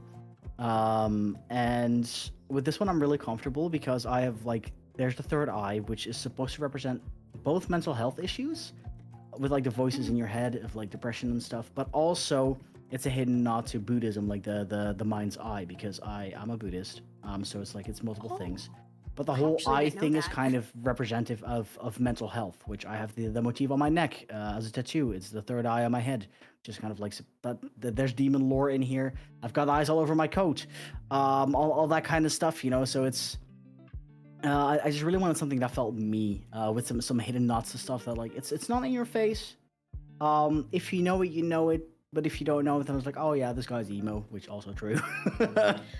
I first thing, I didn't know about VTubing. I saw that there are people who would use PNGs, and so I started as a Hmm. PNG. And it was based off of my Minecraft skin, Hmm. at the time, which is where the whole kind of like where kind of some of my elements do come from. I kept a lot of it. Then I managed to get, a starting model. Didn't have as much, expression in it. Then Hmm. I got a free to use model, so it would have a bit more expression in it and everything. Or not free to use, pay to use. Yeah. And now I have what I have now. But when I first heard of VTubers and everything, when I first heard of Hololive and Holostars, I thought Hololive was an anime and like Love Live and everything. Yeah. And so Oh then yeah. I Yeah. thought and then I thought Hollow Stars was like the video game gotcha that went with it. I had no idea what the hell Hololive and Ninja Sanji and any of those things were. I did not know anything about corporations. I, for the longest time, had no idea. Like, Iron Mouse and Shoto are two very big pioneers. And I didn't know who Iron Mouse was for the longest time. Again, like, I got into VTubing not because I knew VTubers, but because I thought the art was cool. And then slowly over time, because the algorithm is like, oh, you do this thing. And people are using these words. Maybe you'll like this. And then I slowly started seeing some stuff from like Iron Mouse and other people. I was like, oh, so that's what VTubing is. But most of the stuff I saw was very, what is it? The idol culture. And I don't like Yeah. idol culture myself. I don't like it. Um, Mostly just because of the like very overplayed parasocial part and not being able to talk about yourself as a person. People are allowed to like it. It's just it's not for me. And I thought that everything corporation was just that, so I avoided like Hololive and Ninja Sunny and everything like the plague. I was like, nah, not for me, thank you. I'll do my own thing.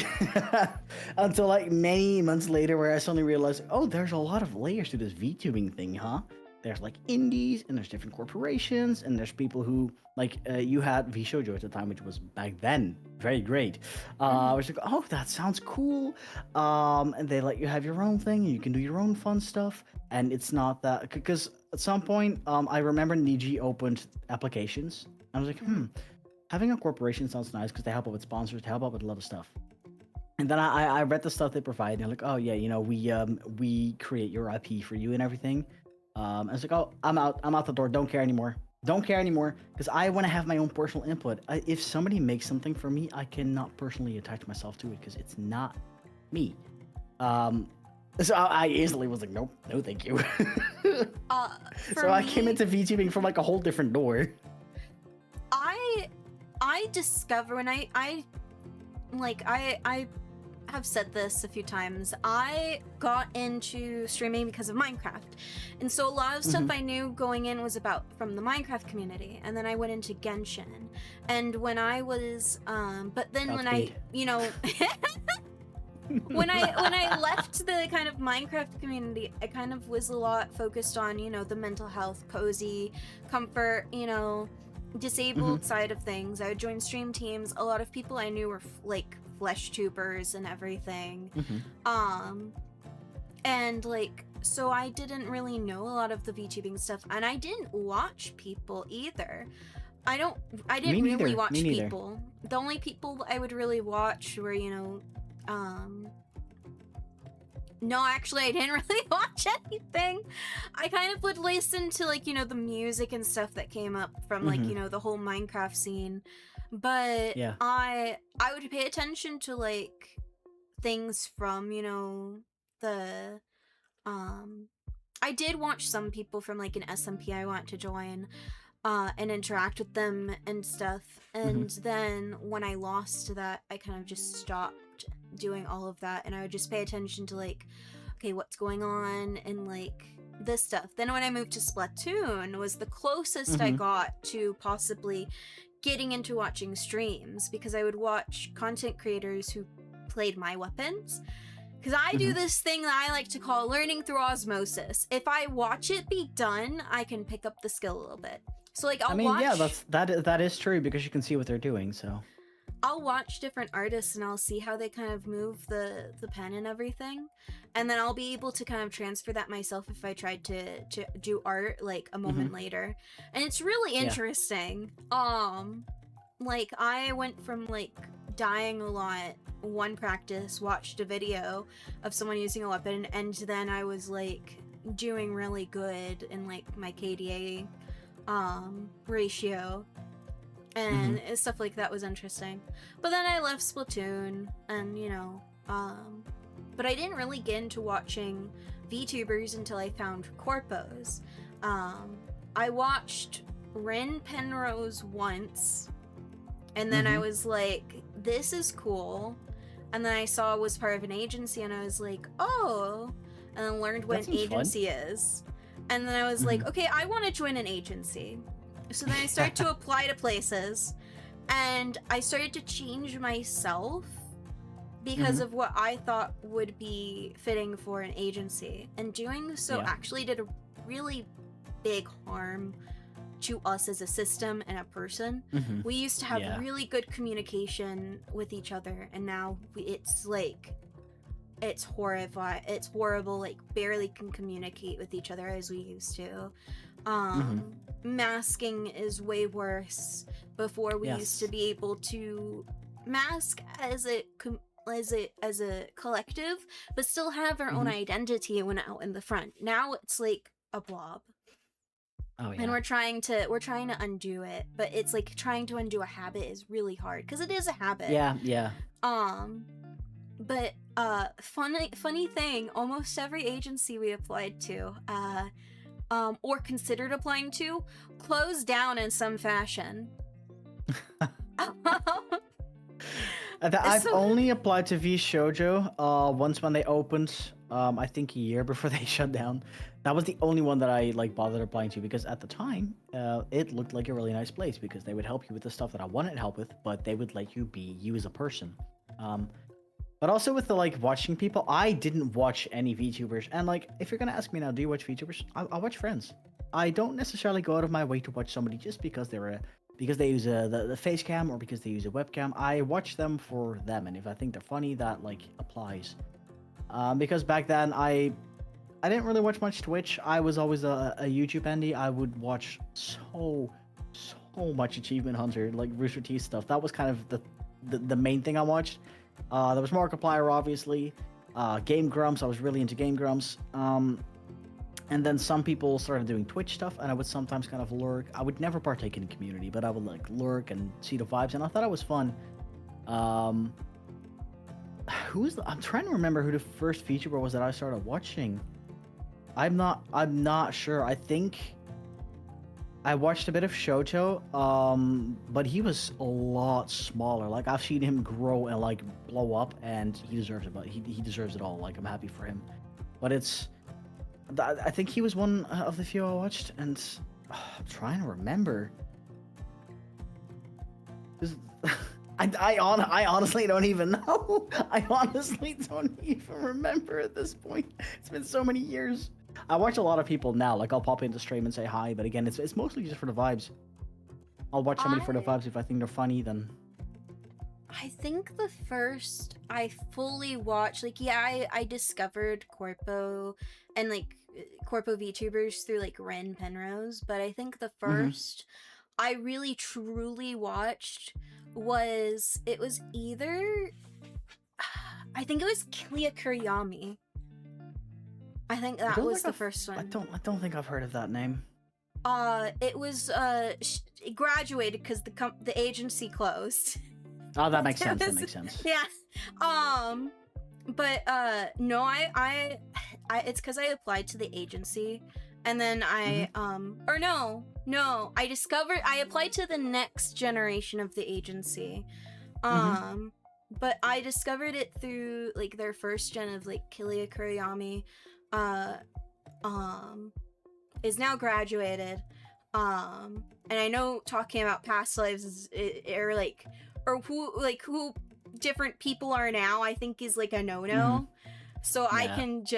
I'll DM you later because Nah, it's they're fine. still It's fine. streaming, but I'm not saying it right now. No. And then like I would watch the second generation that came out, which and one of the people from the second generation I have kept up with as they went from like that agency to then indie to now who they Hmm. are now, and everything. And I'll also DM you that after. uh but I think also then Cherry Lupina was some Cherry Lupina inspired me to look into playing difficult games. And eventually once I can get, because I have a friend who really wants to, no, I won't say walk me through it, they want to watch me suffer through Dark Souls. So I'm like, once I get Dark Souls, I'd like to take what I used to watch from before they, you know, Hmm. they graduated as Cherry, Hmm. and like take those like challenge things of like, I think every death would do a wheel of pain kind of thing, and they'd do like Oh yeah, yeah. exercises or something like that, and that Hmm. was always fun and everything. And I'm like, that would be cool to do, just like find something I could do with that. um and this is my friend, he's going to very much bully me, but um I think the first time I watched an indie was the Chaos Crew of Sayu, Ama, Liz, Oh and yeah, Joel. yeah. And I think the first time I ever became a regular in any stream was probably a month before I started streaming. I regularly Hmm. started watching actual people instead of just like watching VODs of corpos. I Oh started yeah. watching actual indie people. Hmm. Was Joel. And honestly, Joel's great, man. He's great. if you can't really tell, the whole idea for Ghosty Talks came from his porcelain parlor thing that Porcelain he parlor. does. Yeah, people should watch Joel. He's good. He's fantastic. The Yeah, blockheads he's are good great. too. I have a stream streak with him. I cried when I lost my stream streak with glasses. I don't know how I lost it either, because every time I wake up, I will pull up her stream on my phone when I Yeah. take out my dogs, and then come back in and flip up my computer and do all my morning stuff. And I'm like, how did I lose my streak? Funny Twitch business. Oh wait, I remembered who my first VTuber was. Who? It was Buff Pup. But back then, Oh. okay, so back then Buff didn't have an actual like model, as in like more like werewolf. It was the little kind of looked like a cinnamon dog, like an orange little puppy. They had a puppy model. And I remember because a friend of mine would constantly send me like little shorts. But I remember like her doing art, and I thought it was really cool. I was like, oh, they have this little, cute little model, or an avatar as I would call it. And they do art, like that's cool. It was Buff Pup. I remember now. I remember hearing about Buff Pup because I slowly, when I was getting into following more like VTubers and everything, instead of just Hmm. following a lot of like disabled content creators and Splatoon players and stuff like that, Hmm. I would start to get, other people, like all the indies, and There's so many. I yeah, I'm like, one of my goals I'd like to do is to meet more people, and that's kind Mhm. of like what I'd like to do with this is get to learn people and hear their experiences and everything, but also just get to yap. I like yapping. Mhm. Because that's also just like hearing people talk.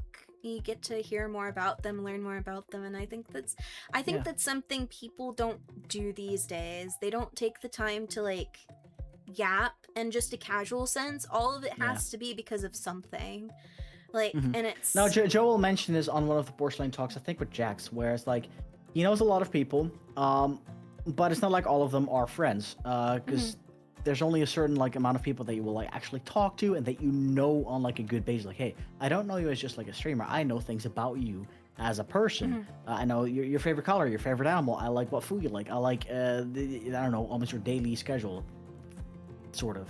You know, Mhm. like that kind of stuff. Which I can agree with because I know a lot of people, but there's also a lot of people who like I know, but mostly just in a yeah we've hung out together, but I don't really know a lot of personal stuff about you. And we don't really talk much as well. We do collabs, and nothing wrong with that. I wouldn't be able to talk to like fucking 17 people a day. I think I'd explode. Yeah. I would explode. But like I definitely get what he means.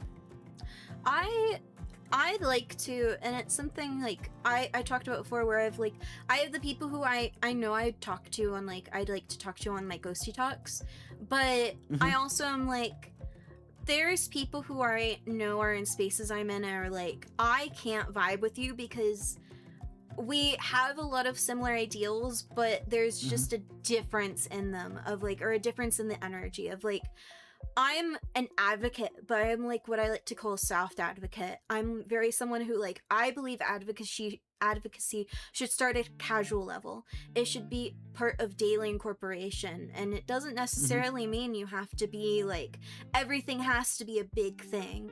It just is like, I am who I am. I myself Yeah. am like walking advocacy for things because I am a good person, and I am an example Hmm. of that. These things that people think are scary because of movies or TV shows or current daily world things going Hmm. on, it's not true, because I'm here, I'm a good person, I try and make friends, I try and do things, and it's like that's why I like to call soft advocacy, where I advocate by being and existing and Hmm. thriving and overcoming the obstacles the world Yeah. likes to put in my way. um and it's like then but then there's other people that like they like to do big things, and I'm like, I can't keep up with that. And it's like I like to keep things at a casual thing, because it's like one of the things I think, there's nothing wrong with big advocacy, but one of the things I think that's needed for overcoming stigma and all of the different like people looking down on others is making things normalized, of Hmm. like OSTD, DID, trans and LGBT and uh polyamorous people and arrow ace people. It's like one day I hope the world will be at a place where instead of it being like um two children are playing on a playground, they're like 3 years old, one's a boy, one's a girl, instead of people saying, oh, he's Oh, they're such gonna get a married. they're gonna get married, or oh, look, he Yeah. already has a girlfriend, he's such a lady killer. They'll be like, Yeah, or oh, those these the children. baby outfits where it's like, you know, I don't even want to say it, but some of them have some really horrible text. I'm like, Yeah. brother, this kid's first out of womb. What do you mean he has something about like some sexual text on there? What? Yeah, no, Makes no sense just because the baby's a boy. No. I'm like, I would live to see it if like, oh, they're getting along so well, and it's like, oh, like they're making Yeah. friends, and oh, like, oh, your kid, that's your kid. How about we set up a Hmm. play date or something, instead of it being like, oh, they're gonna get married, let's talk wedding. It's literally stuff, and it's like, I just want it to be that people can exist without anything, Hmm. like without having to be put in boxes. That's like, Yeah, I no, I think, agree. a goal I'd like. But yeah, I'm like, Be and let be. but I do think there's people who I'm like, I could get along with, and I could be friends with. And then there's people who I'm like, I I vibe with them, and I vibe with stuff they do, but also I think that it's just like I feel like I could not keep up with them, and it could Hmm. just be me putting them on a slight of a bit of a pedestal, and not just and I just don't know them. But it's just also like I can like I have a vibe in my bones. I Hmm. have a bone feeling. And sometimes they're real, like sometimes it's true, sometimes it's just anxiety. But I tend to like try and reach out to people based off of that. Also, yeah, CB, hopefully one day. I want a world without boxes. Unless you're packing things into cardboard boxes. Those boxes are okay. Moving boxes. But yeah, I was like, when I saw your content, I watched a bit of it. I'm a lurker, which also makes it hard for me That's to, fine. reach out to people. Like with you, I was like, I commented and everything, and I tried to be. It is a little easier for me to say yes to somebody who's reaching out to me if I know of their vibes because I've seen them either comment on like social media or I've seen them hang around in the community, as opposed to somebody who lurks and never interacts with anything I do, and then they reach out. Like, and there's nothing wrong with lurking. Like, again, I'm all for lurkers, do your own thing, but it is harder because you don't know what to expect. Lurkers are the backbone of streaming and content creation in general. I watch, like, before I started watching Joel live, I watched all of the Chaos Crew collabs, and I watched a bit of his content, and I was like, I just watched his stuff instead of watching him, and I was like, I don't comment or anything, but I would watch it, and it's still, a point in the, still helping push you in the algorithm and everything. It's appreciated. Yeah. Like, I'm not him, but I know he appreciates it. Like, yeah, CB, lurkers are people, not just whatever Twitch thinks. Also, Trees, why do you have a bucket of bones next to your desk? Why, you don't? I don't. Okay. I do kind of. I don't either. I would throw up. I'm very squeamish about bones. So this is kind of a family thing. I do like tarot, and it's kind of like, the divination thing. Yeah, I know. I kind of want bones for that, the throwing bones. Have you ever heard of that? No. So there's a way of divining things with like chicken bones or like small bones, and what it is you'll put you'll take the bones and then you'll like cast them or like put like you're doing die, like a dice roll, and it's then they'll land, and if they cross, then that's, I think, a yes or something like that. Oh no, I do remember hearing about this. Yeah. It's interesting. I personally do not believe in astrology and like tarot cards and reading and all that kind of stuff. I think it's fun, but I do not believe any of it is true. But people are allowed to have their own experiences. If people do believe it, that's fine. I feel like it's kind of an experience thing because I do believe in ghosts. I believe in that, and some people don't. Here. And I also true. But I understand when people are like, I don't believe in ghosts. Like, I've had experiences that made me go, yeah, I'm open to this. It's the same as like I'm open to the idea of that there's life out there. I don't believe that we are the only people. But if people want to say like I don't believe in it, okay, that's fine because I understand it. Like, do we have like very super concrete proof? And a lot of like the ghost proof and ghost hunting is legitimately a reach. Like, again, I believe in it, but a lot of stuff is reaching. It's all about experiences, I guess. But I do think it's interesting. Like, I do like astrology stuff, and to like a small amount because I don't know too much about it. And I think the tarot stuff is interesting, but I also, as cool as it sounds, if somebody were to read my stuff, I'm like, your cards cannot predict what's going to happen in my future. The only person or the only thing that can change my future is me, not my own choices. So, as someone who does tarot, the reason why I believe in tarot is because the only time someone has said the reading has not been accurate for them is because they were a staunch skeptic and they wanted it to continue to be skeptic, but then later they told me, okay, fine, I'll admit it, your reading was true. And so it's like I have a like 100% accuracy. Like, I did it back when I was in taking college classes. I did a speech class, and we had to do like presentations, and I did one on tarot, and I did a reading for the teacher, and the teacher literally, like, I didn't know anything about the teacher, don't know anything about her. I did a reading for her, and she was like, she squinted at me and was like, yes, and things, and I'm like, okay. this is weird even for me. And that's the only reason I'm like, okay, there's stuff with it that's right. But a lot of I found with tarot is it's not predicting the future, it's giving advice. And it's ways that you can interpret things of like, and it's all up into interpretations. And like, while it's why I'm like, I actually looked up a thing, and I might actually, instead of using what I found, I might actually email or contact the person who actually made the tarot deck I use, because the different symbology and everything, I'd like to, instead of using, you know, there's that tarot widget that people can use, but there's also like, I like to use my cards, and there's different symbology you can find in that. Like there's one of the cards that's La Llorona, so if you're from you know, I think she's Mexican or something. I forget what. I'm Hispanic, but I don't even know. And so if like that, if you like are from that, and I'm doing a reading for you, and that I pull that card and it has a special, even more meaning for you than what I'm saying, then you know you can do that. Because I use a tarot deck that is like takes from different mythology and myths and everything. So if like something has deeper meanings to you that I might not know because I don't know the myth or story, then yeah.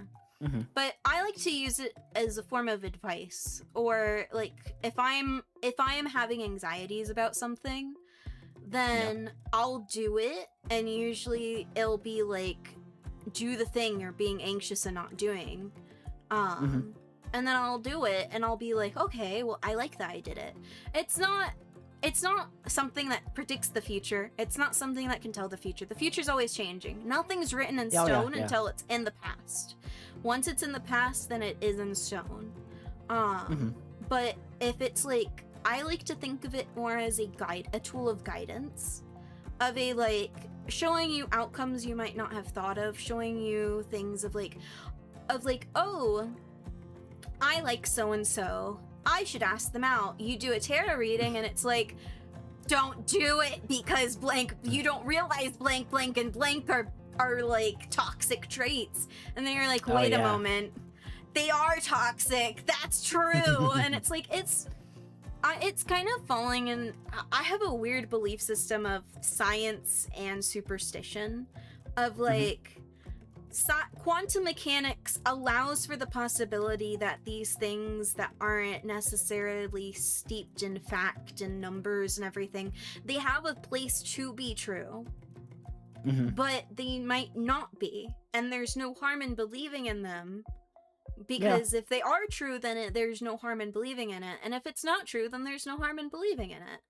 And so it's like, but I mean, like, unless you're doing bad things with it, like true, harming people, that's again, not that's kind of good. the case of like live and let live, you know, let people do their thing as long as it's not harming other people. If they believe in different things than you, that's fine, you know, that's a part of being human, or partially human. Smells a raccoon. Everybody has their own experiences, and we don't all need to live the same life. I think that's part of the fun, because you can hear other people's experiences in life, as long as you're not, you know, being an ass. Don't be an ass about it. Yeah, and that's why I like talking to people, and I like meeting new people. There's I have a lot of anxiety, so it's not easy for me, but I've met a lot of people, like a lot of people who I meet I've met in roleplay, and you get to learn a lot of interesting things about the kind of characters people play, what they're kind of like outside of, you know, the role play, and like what they're like in the role play, and like the different writing styles. You can tell kind of what shaped someone's writing. If they write super long, super long and super detailed, you can be like, okay, that person reads a lot of classical books. And then like, or if you see someone who just is like, they write like it's fan fiction or something like that, then they're like, okay, you read a lot more of like stuff that people write now, modern of days. And it's kind of like, you can kind of tell where people like get their inspiration. You can tell what has influenced people based off of how they design their characters. You can kind of, it's like all those Rosie, sorts hold on. of. Rosie, stop, Rosie. Well, oh, I thought you were saying ghosty. No, Rosie. My cat's called Rosie. She has an addiction to plastic, and I had something on my desk. And she's like, "Ooh, I'm gonna lay on it." Oh my No, gosh. Rosie.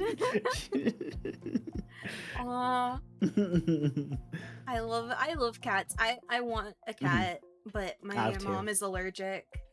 Aw.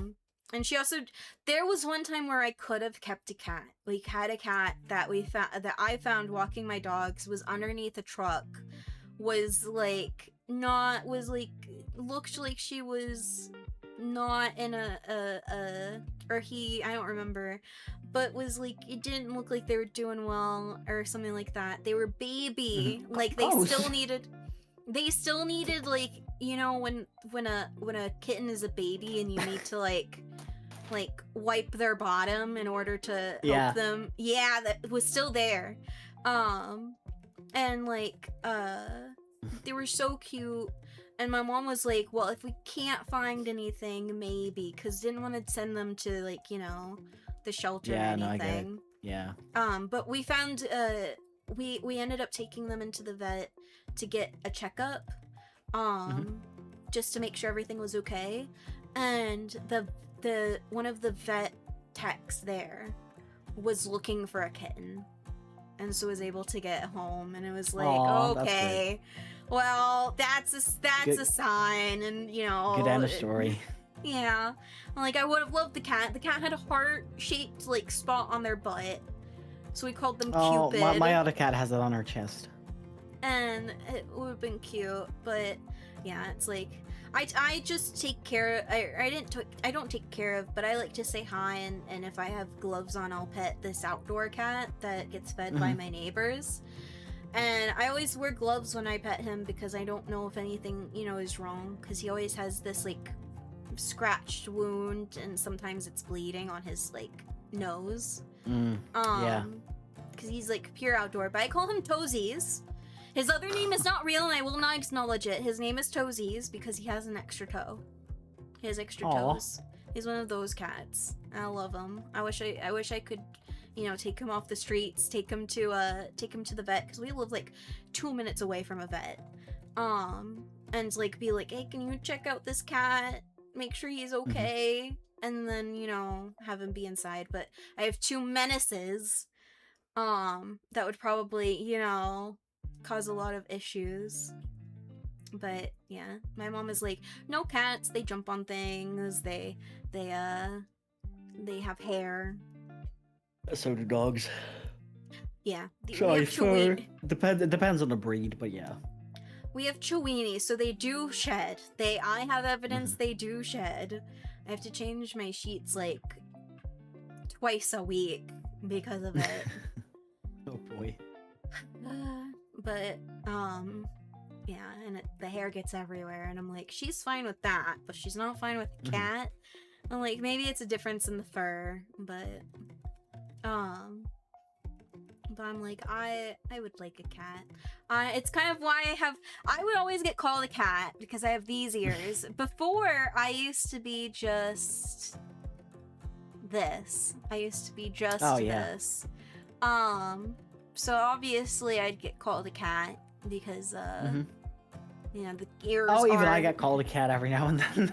I don't like I prefer the pointed ears than the rounded ears. It's kind of like I don't know if you've ever played The Sims, the Sims Yes. 4. You one Yep. of the, if you have the pet pack, then Mhm. one of the breeds for a cat is a Yeah, raccoon. yeah, there was also a fox for dogs. I didn't know about the dog one, but Yep. Oh, ADHD moment. Going back to talking about the models and how they have pieces of like, they have, yours has pieces Yeah. of you in it. Mine Mhm. specifically was designed to reflect that I'm a system. With the different Yeah, toggles you and mentioned it with everything. like all the different parts and stuff. Yeah, so like, this is, I am Yume, so this is the configuration I use. And then we have, Mhm. like, Aster only uses the rabbit ears. Mhm. Then we have, like, some who don't use the horns, and like all different configurations. Once we have the hood, I know that someone wants to tag out. They'll tag out, someone else who wants to use the hood will tag in. Mhm. And so, like, yeah, it's like we have that, and it's gonna it's nice. It's Yeah, nice that's being fun. able to see yourself in your model. Mm-hmm. I'm one of those people who I tried attempting to do the idol culture thing, but I don't really sing well. I can't afford lessons. I I don't. think it's cool because like earlier, so like like I do think it's cool. It's just it's not for me. But like all the stuff they do, I do respect it. But Yeah, yeah, it yeah, just to eat. Everybody has their own thing. I think my main thing that just doesn't do it for me is just VTubing in a way will always be parasocial to a degree. mhm. I'm also parasocial. I love my chat. You know, reverse parasocialism. But in idol culture, it goes so far. It Yeah. goes so far. I think the only thing I might do that I've seen corpos do is I'll have like a voice pack that's just like Oh yeah. one day I'll have put out a voice pack that's me being like, time to wake up, time to Hmm. it'll just be like different alarms to wake up, and it's Oh just me yeah. being annoying. Wake up! Wake up! Wake up! It's time for school. Or I'll do like a I'll do something they can loop that's just me humming that they can go to sleep to. Mhm. It's like a good night or a good morning, good night kind of voice pack thing. Mhm. I think that's the only. I think voice That packs are sounds the nice. only thing, but that's also because I want to be a voice actor. I think that's the only reason why that's the only thing I'd take from like the whole idol culture thing. Otherwise, I'm like, that's cool and ambitious and everything, but it's not for me. I'm more of the entertainer. Though I am also, I think it's called playing the straight man, where it's, oh, hey, you're finally, yeah, I do that. Teresa, the famous line. But like, I forget what I was saying. What was I saying? I was saying something. I don't remember anymore. Your brain is hitting its limits. I think I'm trying to think. It'll come to me. It'll come Chat to help me. him. What was I talking about? What was I saying? Chat help. We were talking about like corpo stuff and voice packs, and I don't know where you wanted to pivot to that with it. So So you know how like, okay, so there's things in like there's things in like comedy and like improv and stuff where you'll have, especially in like comedy, you'll have what's called the straight man, which is the person who is not setting up jokes. They react to the jokes. So someone will say like I forget what the other version is called, but a good prime example is Abba and Costello. So if you've ever seen that, and it's like one person is the goof, and then the other person is the one being like, "You're such a goof," like, and reacting to it and giving like oh yeah, it's very looks and common stuff. trope. I'm more of the person who I can't make a joke to save my life, but my reactions are always funny. And like that's something that I'm like, I struggle with. It's the one thing I'm like, I like to call myself an entertainer, but I am bad at it because most of my entertainment comes from me reacting to things. And I'm like, sometimes the games I like to play don't have that as much. In Subnautica, they did it every day because I'd be screaming and yelling. Yep. Or crying, but like, yeah, I'm like, I always find it funnier, and I like the people who are good at telling jokes and everything. And I'm a bit of an in between. Like I'm not the funniest person ever, but sometimes stuff just rolls into your lap and you gotta go with it. Oh yeah. It also depends on just my energy of the day. I'm good at, me personally, I'm good at like doing some jokes at times. And I'm good at kind of adding a small quip and everything. But very much like as a whole, we're good at reacting to things, which is why we want to try and do more collabs. Where we've got tomorrow night we're doing something with friends again, and that's gonna be exciting. That's fun. I want to try and get maybe another group. I'm considering the forbidden meshing of people I know. And people who I've met and things, I'm trying to be like, oh, I know this person is fun. Maybe they'd be interested in this. The Tomodachi Islanding them. Yes, exactly. I always think that's funny. I but I don't know. There's some things that I'm like, just met certain people. I don't know what they're into yet. I can go and I can internet stalk them through their VOD channel if they have one, and be like, have they played a game like this before? Back when I was like, I want to bring people into Rain World, because in Rain World, my tail keeps going off. In Rain World, you with the base co-op mode, you only need one person at the game. It goes through Steam remote play, which is not the best of things, but it means that you can save someone some money. And I've considered inviting people to play that because it has replayability. Also, is you can just play through, like, you can take people in through a certain path and it's just easy. And I mean, you could, yeah, and it's like not really, there's no real difficulty in doing that. It's just you can make it be a challenge. Like, there's mods that you can use that can help you spawn slug pups in, which are these like AI, like AI, like game AI, not bad AI. Yeah, no, I get it. But like the these... NPCs, as we call them in my day and age, and as I still call them.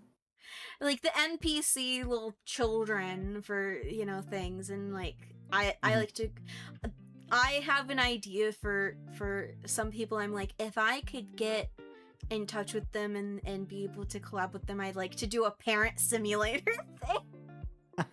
And it's like just trying to get to a certain place within one stream and keeping all of the pups alive and stuff like that, but have it be that there's a chance that you can have like more each cycle. So each time you go into like a save point and save,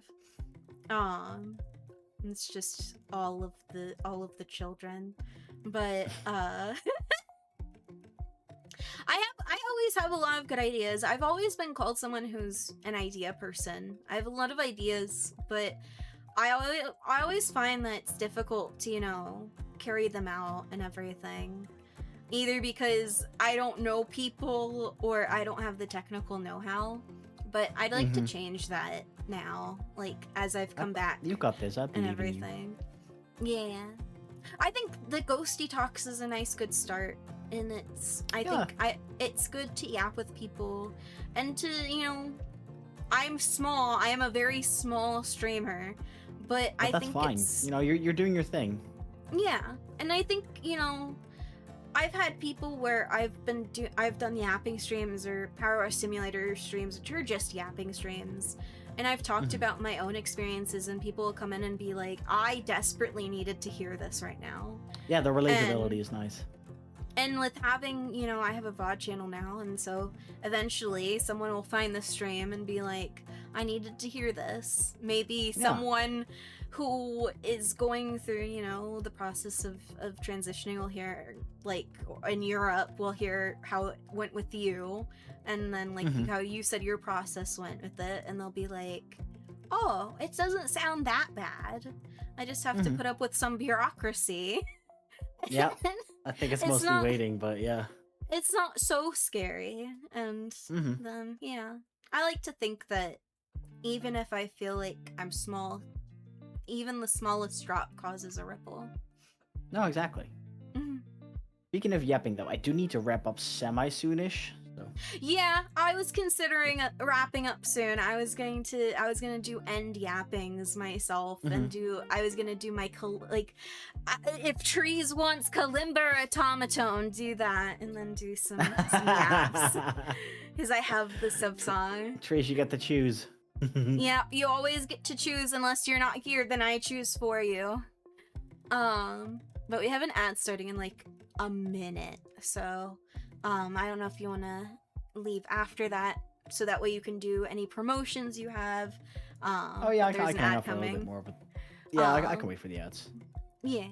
But is there like any questions you have? Because I know when we were doing our off stream hangout, you Hmm. seemed curious about some stuff with systems, but I was like, Yeah, let's save yeah, it. you answered. Like I asked my questions back then, but for those who didn't know, um, I asked like how the system works, like the personality essentially, because I don't really know people. I do now, but like then I didn't really know people who had that, and so I had exactly zero knowledge on it outside of like the very few things that you hear, in passing. But yeah, you explained it all back to me then, so Yeah. I know now. But I like again, like that's interesting because I didn't know anything about it, Mhm. and I never like really knew anybody because otherwise you'd ask like, hey, what's your experience? Just it's partially it's curiosity because that's just human, but also because I want to learn about it and like the learning part. I feel like if your Mhm. curiosity comes from a learning part, there's nothing wrong with it. It's because you're genuinely interested. But this is the thing that happens a lot with like people who would ask my mother, like, "Oh, how was the thing?" And they weren't asking because they were interested in learning. It's just that they were curious and they wanted to know stuff, but not because they cared. And that's the Yeah. part that's like, yeah, you don't care about that curiosity, but I like learning things, so I'm happy I learned some more. It was interesting. Yeah.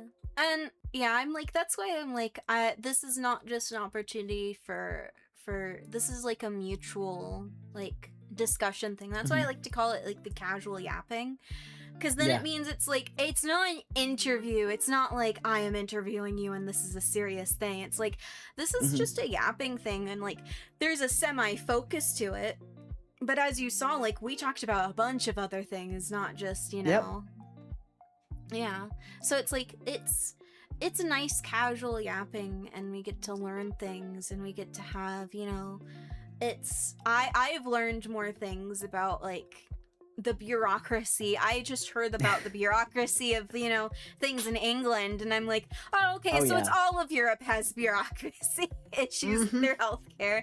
Yep. Here it's Yep. like you have Yep. to kind of do everything yourself. You get a referral from your person, but usually like Hmm. your GP, but usually it's like you kind of just have to pick it yourself and you kind of have to see if it's in your insurance and stuff. You can't just go anywhere. And so but I do believe the ad is over. So is there anything since you seem like you need to wrap up and everything, is there Yeah, anything? I barely slept last night, and I have a tattoo appointment in the morning, so Oh, I feel I about need the some sleep. I feel about the barely sleeping. I didn't Yeah, no, have much the sleep temperature is doing it. either. But is there anything you would like to promote? I'm gonna give you a shout out real quick. I gave you, I'm gonna give you a shout out just so people Well, can thank you. find you. Well, thank Hold on, wait, I have to actually know how to. Is that it? Is there it is? Yes, Okay, that is. it auto corrected Yes. to it. People can But find me on Roxo literally everywhere. It's the same everywhere except on funny Twitter or Shitter or X, whatever you want to call it. There's an underscore underneath it. But Mhm. if you like seeing randomizers, specifically Nintendo stuff or challenge runs and like Pokemon and Zelda, that's something I like to do. I'm very very nostalgia built to my funny old games. But yeah, come on over, hang out. We also do art every now and then, not as often, but every now and then as a little treat The when my art brain is works. wonderful. I lurk during the art, and it is really Thank you. good. Thank you. Um, didn't you also did your own model, didn't you? I did the art for my model, but the rigging was done by Riank. Yeah, but you for anyone who is looking for, model art, I am quite loyal to the person who did mine, but also Understandable. Roxo's really good too. I think if my person stopped doing art, Thank you. I think you're top of the list for other Oh, art. thank you. But I But think it's nice that like I know there's a lot of people who like my work. mhm, But I wouldn't want them to jump ship with the model they have now because they have a great model. Like your model is really nice too. mhm. And there's so many artists out there, and the what do you call it? The diversity between the art styles is really nice. I love seeing all these different art styles. It's fun. Yeah. I I think my art style and people's different art styles are different are good for each person. Like there's that one person who is the painterly style.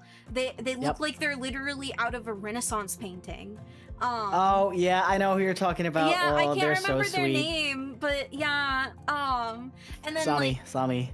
Yeah, Very Sami. yeah. And then They're very sweet. We talked about Joel earlier, again mentioning Joel. He I think Also in a more stream painterly. mentioned wanting to keep it more painterly.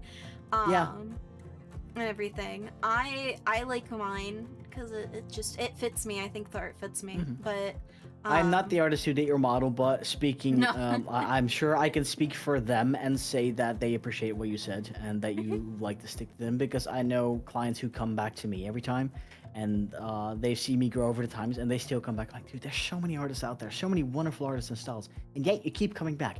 Thank you. Like, 1,000%. I'm sure your artist feels the same way with what you just said about them. So it's really nice when people just like your style and they like what you do and they come back to you. Yeah. But thank you for coming and thank you for yapping. Thank you for inviting me. If I would like to have you on again at some other point, maybe Sure. I'm considering group yapping.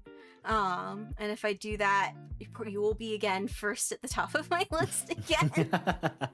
But thank you again for coming and yapping. No, thank you for inviting. It was fun. But yeah, I don't know how to end this segment. I'm gonna walk off screen. Like, I'm just gonna. Yep. Hi. Yep. I can't find the leave call button. I can't find the leave call button. Bye. I'm in a tunnel. Oh my gosh. Well, that was roxoah, everyone. Hello, my ghostlings. I'm not going to keep you guys long. I just want to do. Let's do the little sub song. I think we'll do the kalimba. I had to grab it. But thank you guys for coming and joining us today. I hope you guys really enjoyed it. Let me pause the music, the music going on.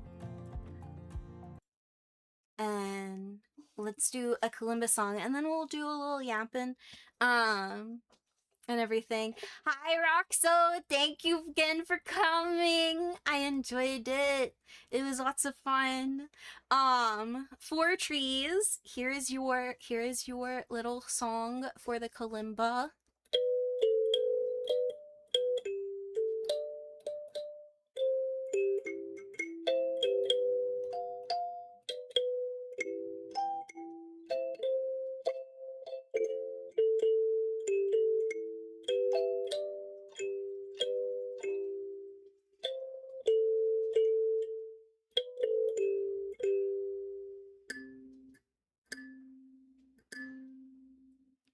Yay!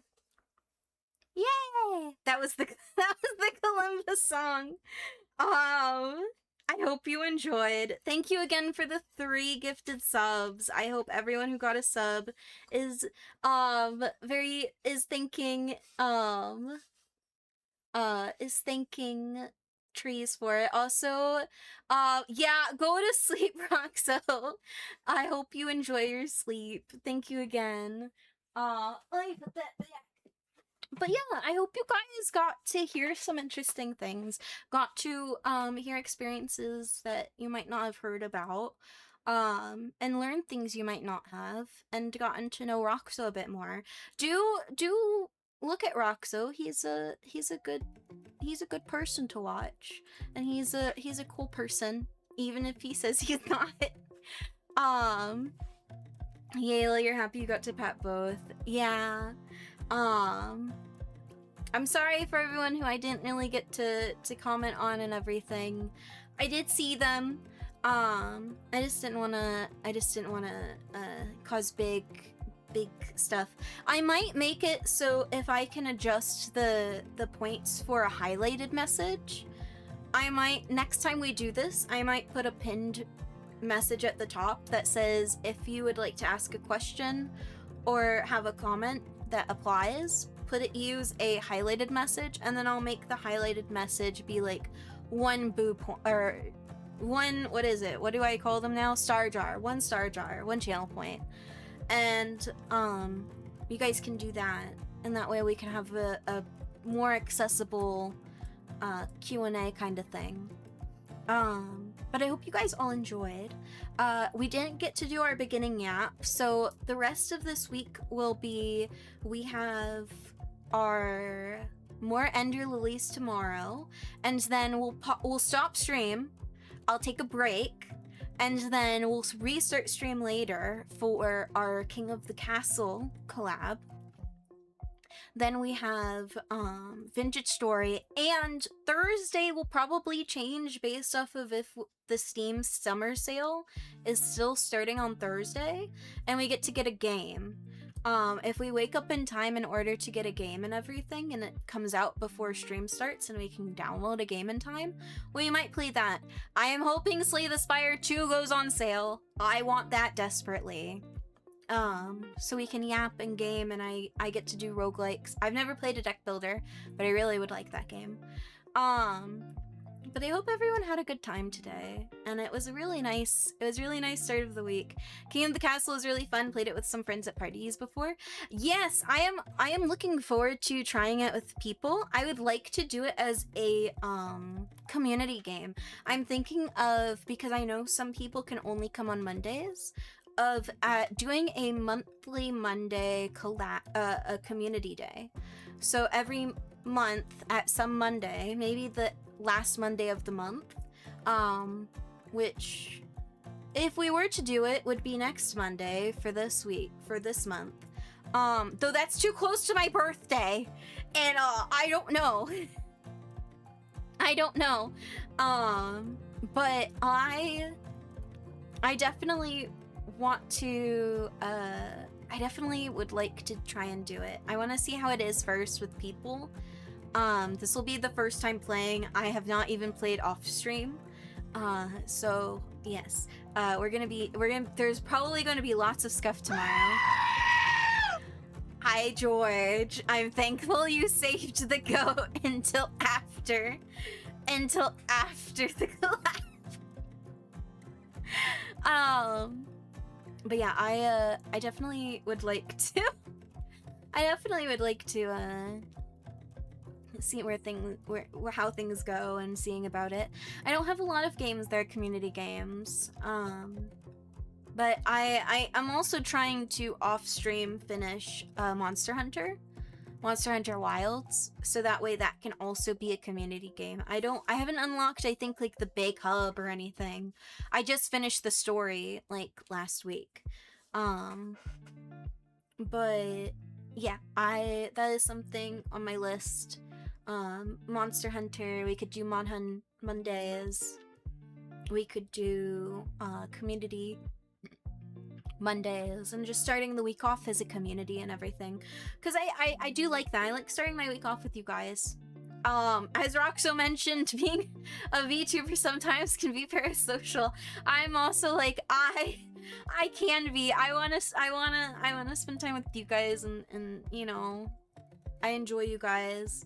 One of my goals as a streamer is to have a community that is like really, really kind and sweet and you know, very good and open and friendly, which you guys are right now. And I hope that as you grow, it stays that way. Like you guys are my little ghostlings. I give hug. If I can't, I don't have an animation to show it, but I squeeze and hug. But you guys have no bones. You guys don't have bones. Look, if you had bones, then why? If you had bones, would you be jiggling like this? If I can save up the funds in order to get like more rigging done, then yes, I will see. You keep your bones in your bone bucket. Why do you have a bone bucket, Trees? That's what I want to know. What's the bone bucket for? What's the bone bucket for? Yeah. I've had tea this whole time and I have not finished it still. And it's still warm. It's for bones? Okay, okay. You have me there. You have me there. That was a good yapping though. I am really looking forward to the next ghosty talks. I'm gonna send out messages, I think, over the course of this week to try and organize some more. I think we might not do it super like weekly. We might just start do it monthly. And if I meet a lot of people and everything, then maybe we can have more. But I'm really awkward at talking to people. I'm good at asking questions, but then I get, oh, I don't know what to say. But I knew what to say today, I think. I think it's also helpful when you have someone as easy to talk to as Roxo is. Roxo's very easy to talk with, and yap with, and everything. But I think this will be a good point to end our today's stream. Let me see about who we can raid today. Let's see. I need to close some things so it doesn't accidentally speak. I don't think it'll show up though. Let's see, who can we raid today?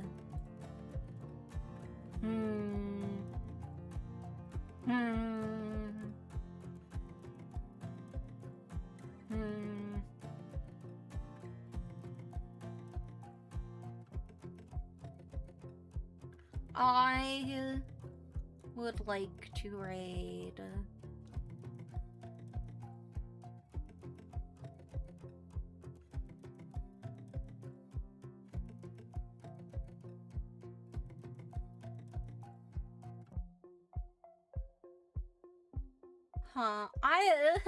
it's the hard thing of figuring out who to raid. Also, I still want to know, like, is it from, like, bones you've eaten? The bone bucket confuses me, Trees, and it makes me curious. Why do you have a bone bucket? Every time I look over and I see you talk about bone bucket, I'm like, what's a bone bucket? What is bone bucket? Okay, we'll raid this person. No. Yes, we'll raid this person. But for those of you who maybe came in because of our ghosty talks, if you want to find us, our links are there. And for those of you who have been following us and you maybe have not yet followed us on other socials, you can also find our socials there.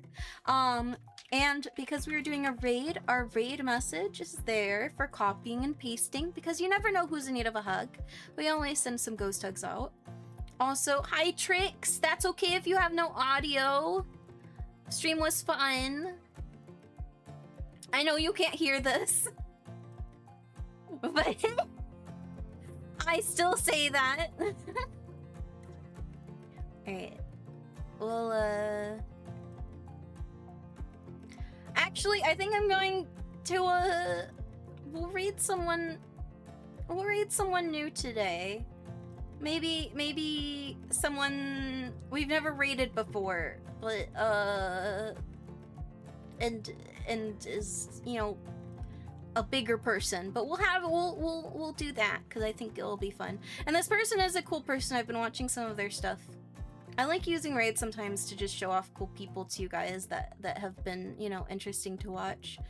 But we're gonna send off, and I will see you guys next time.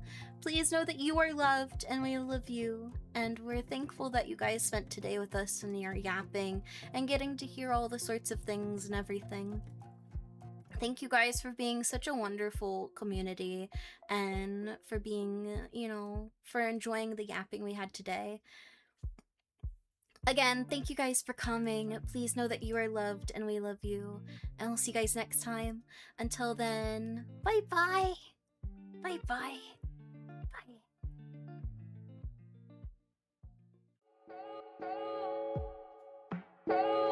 Bye.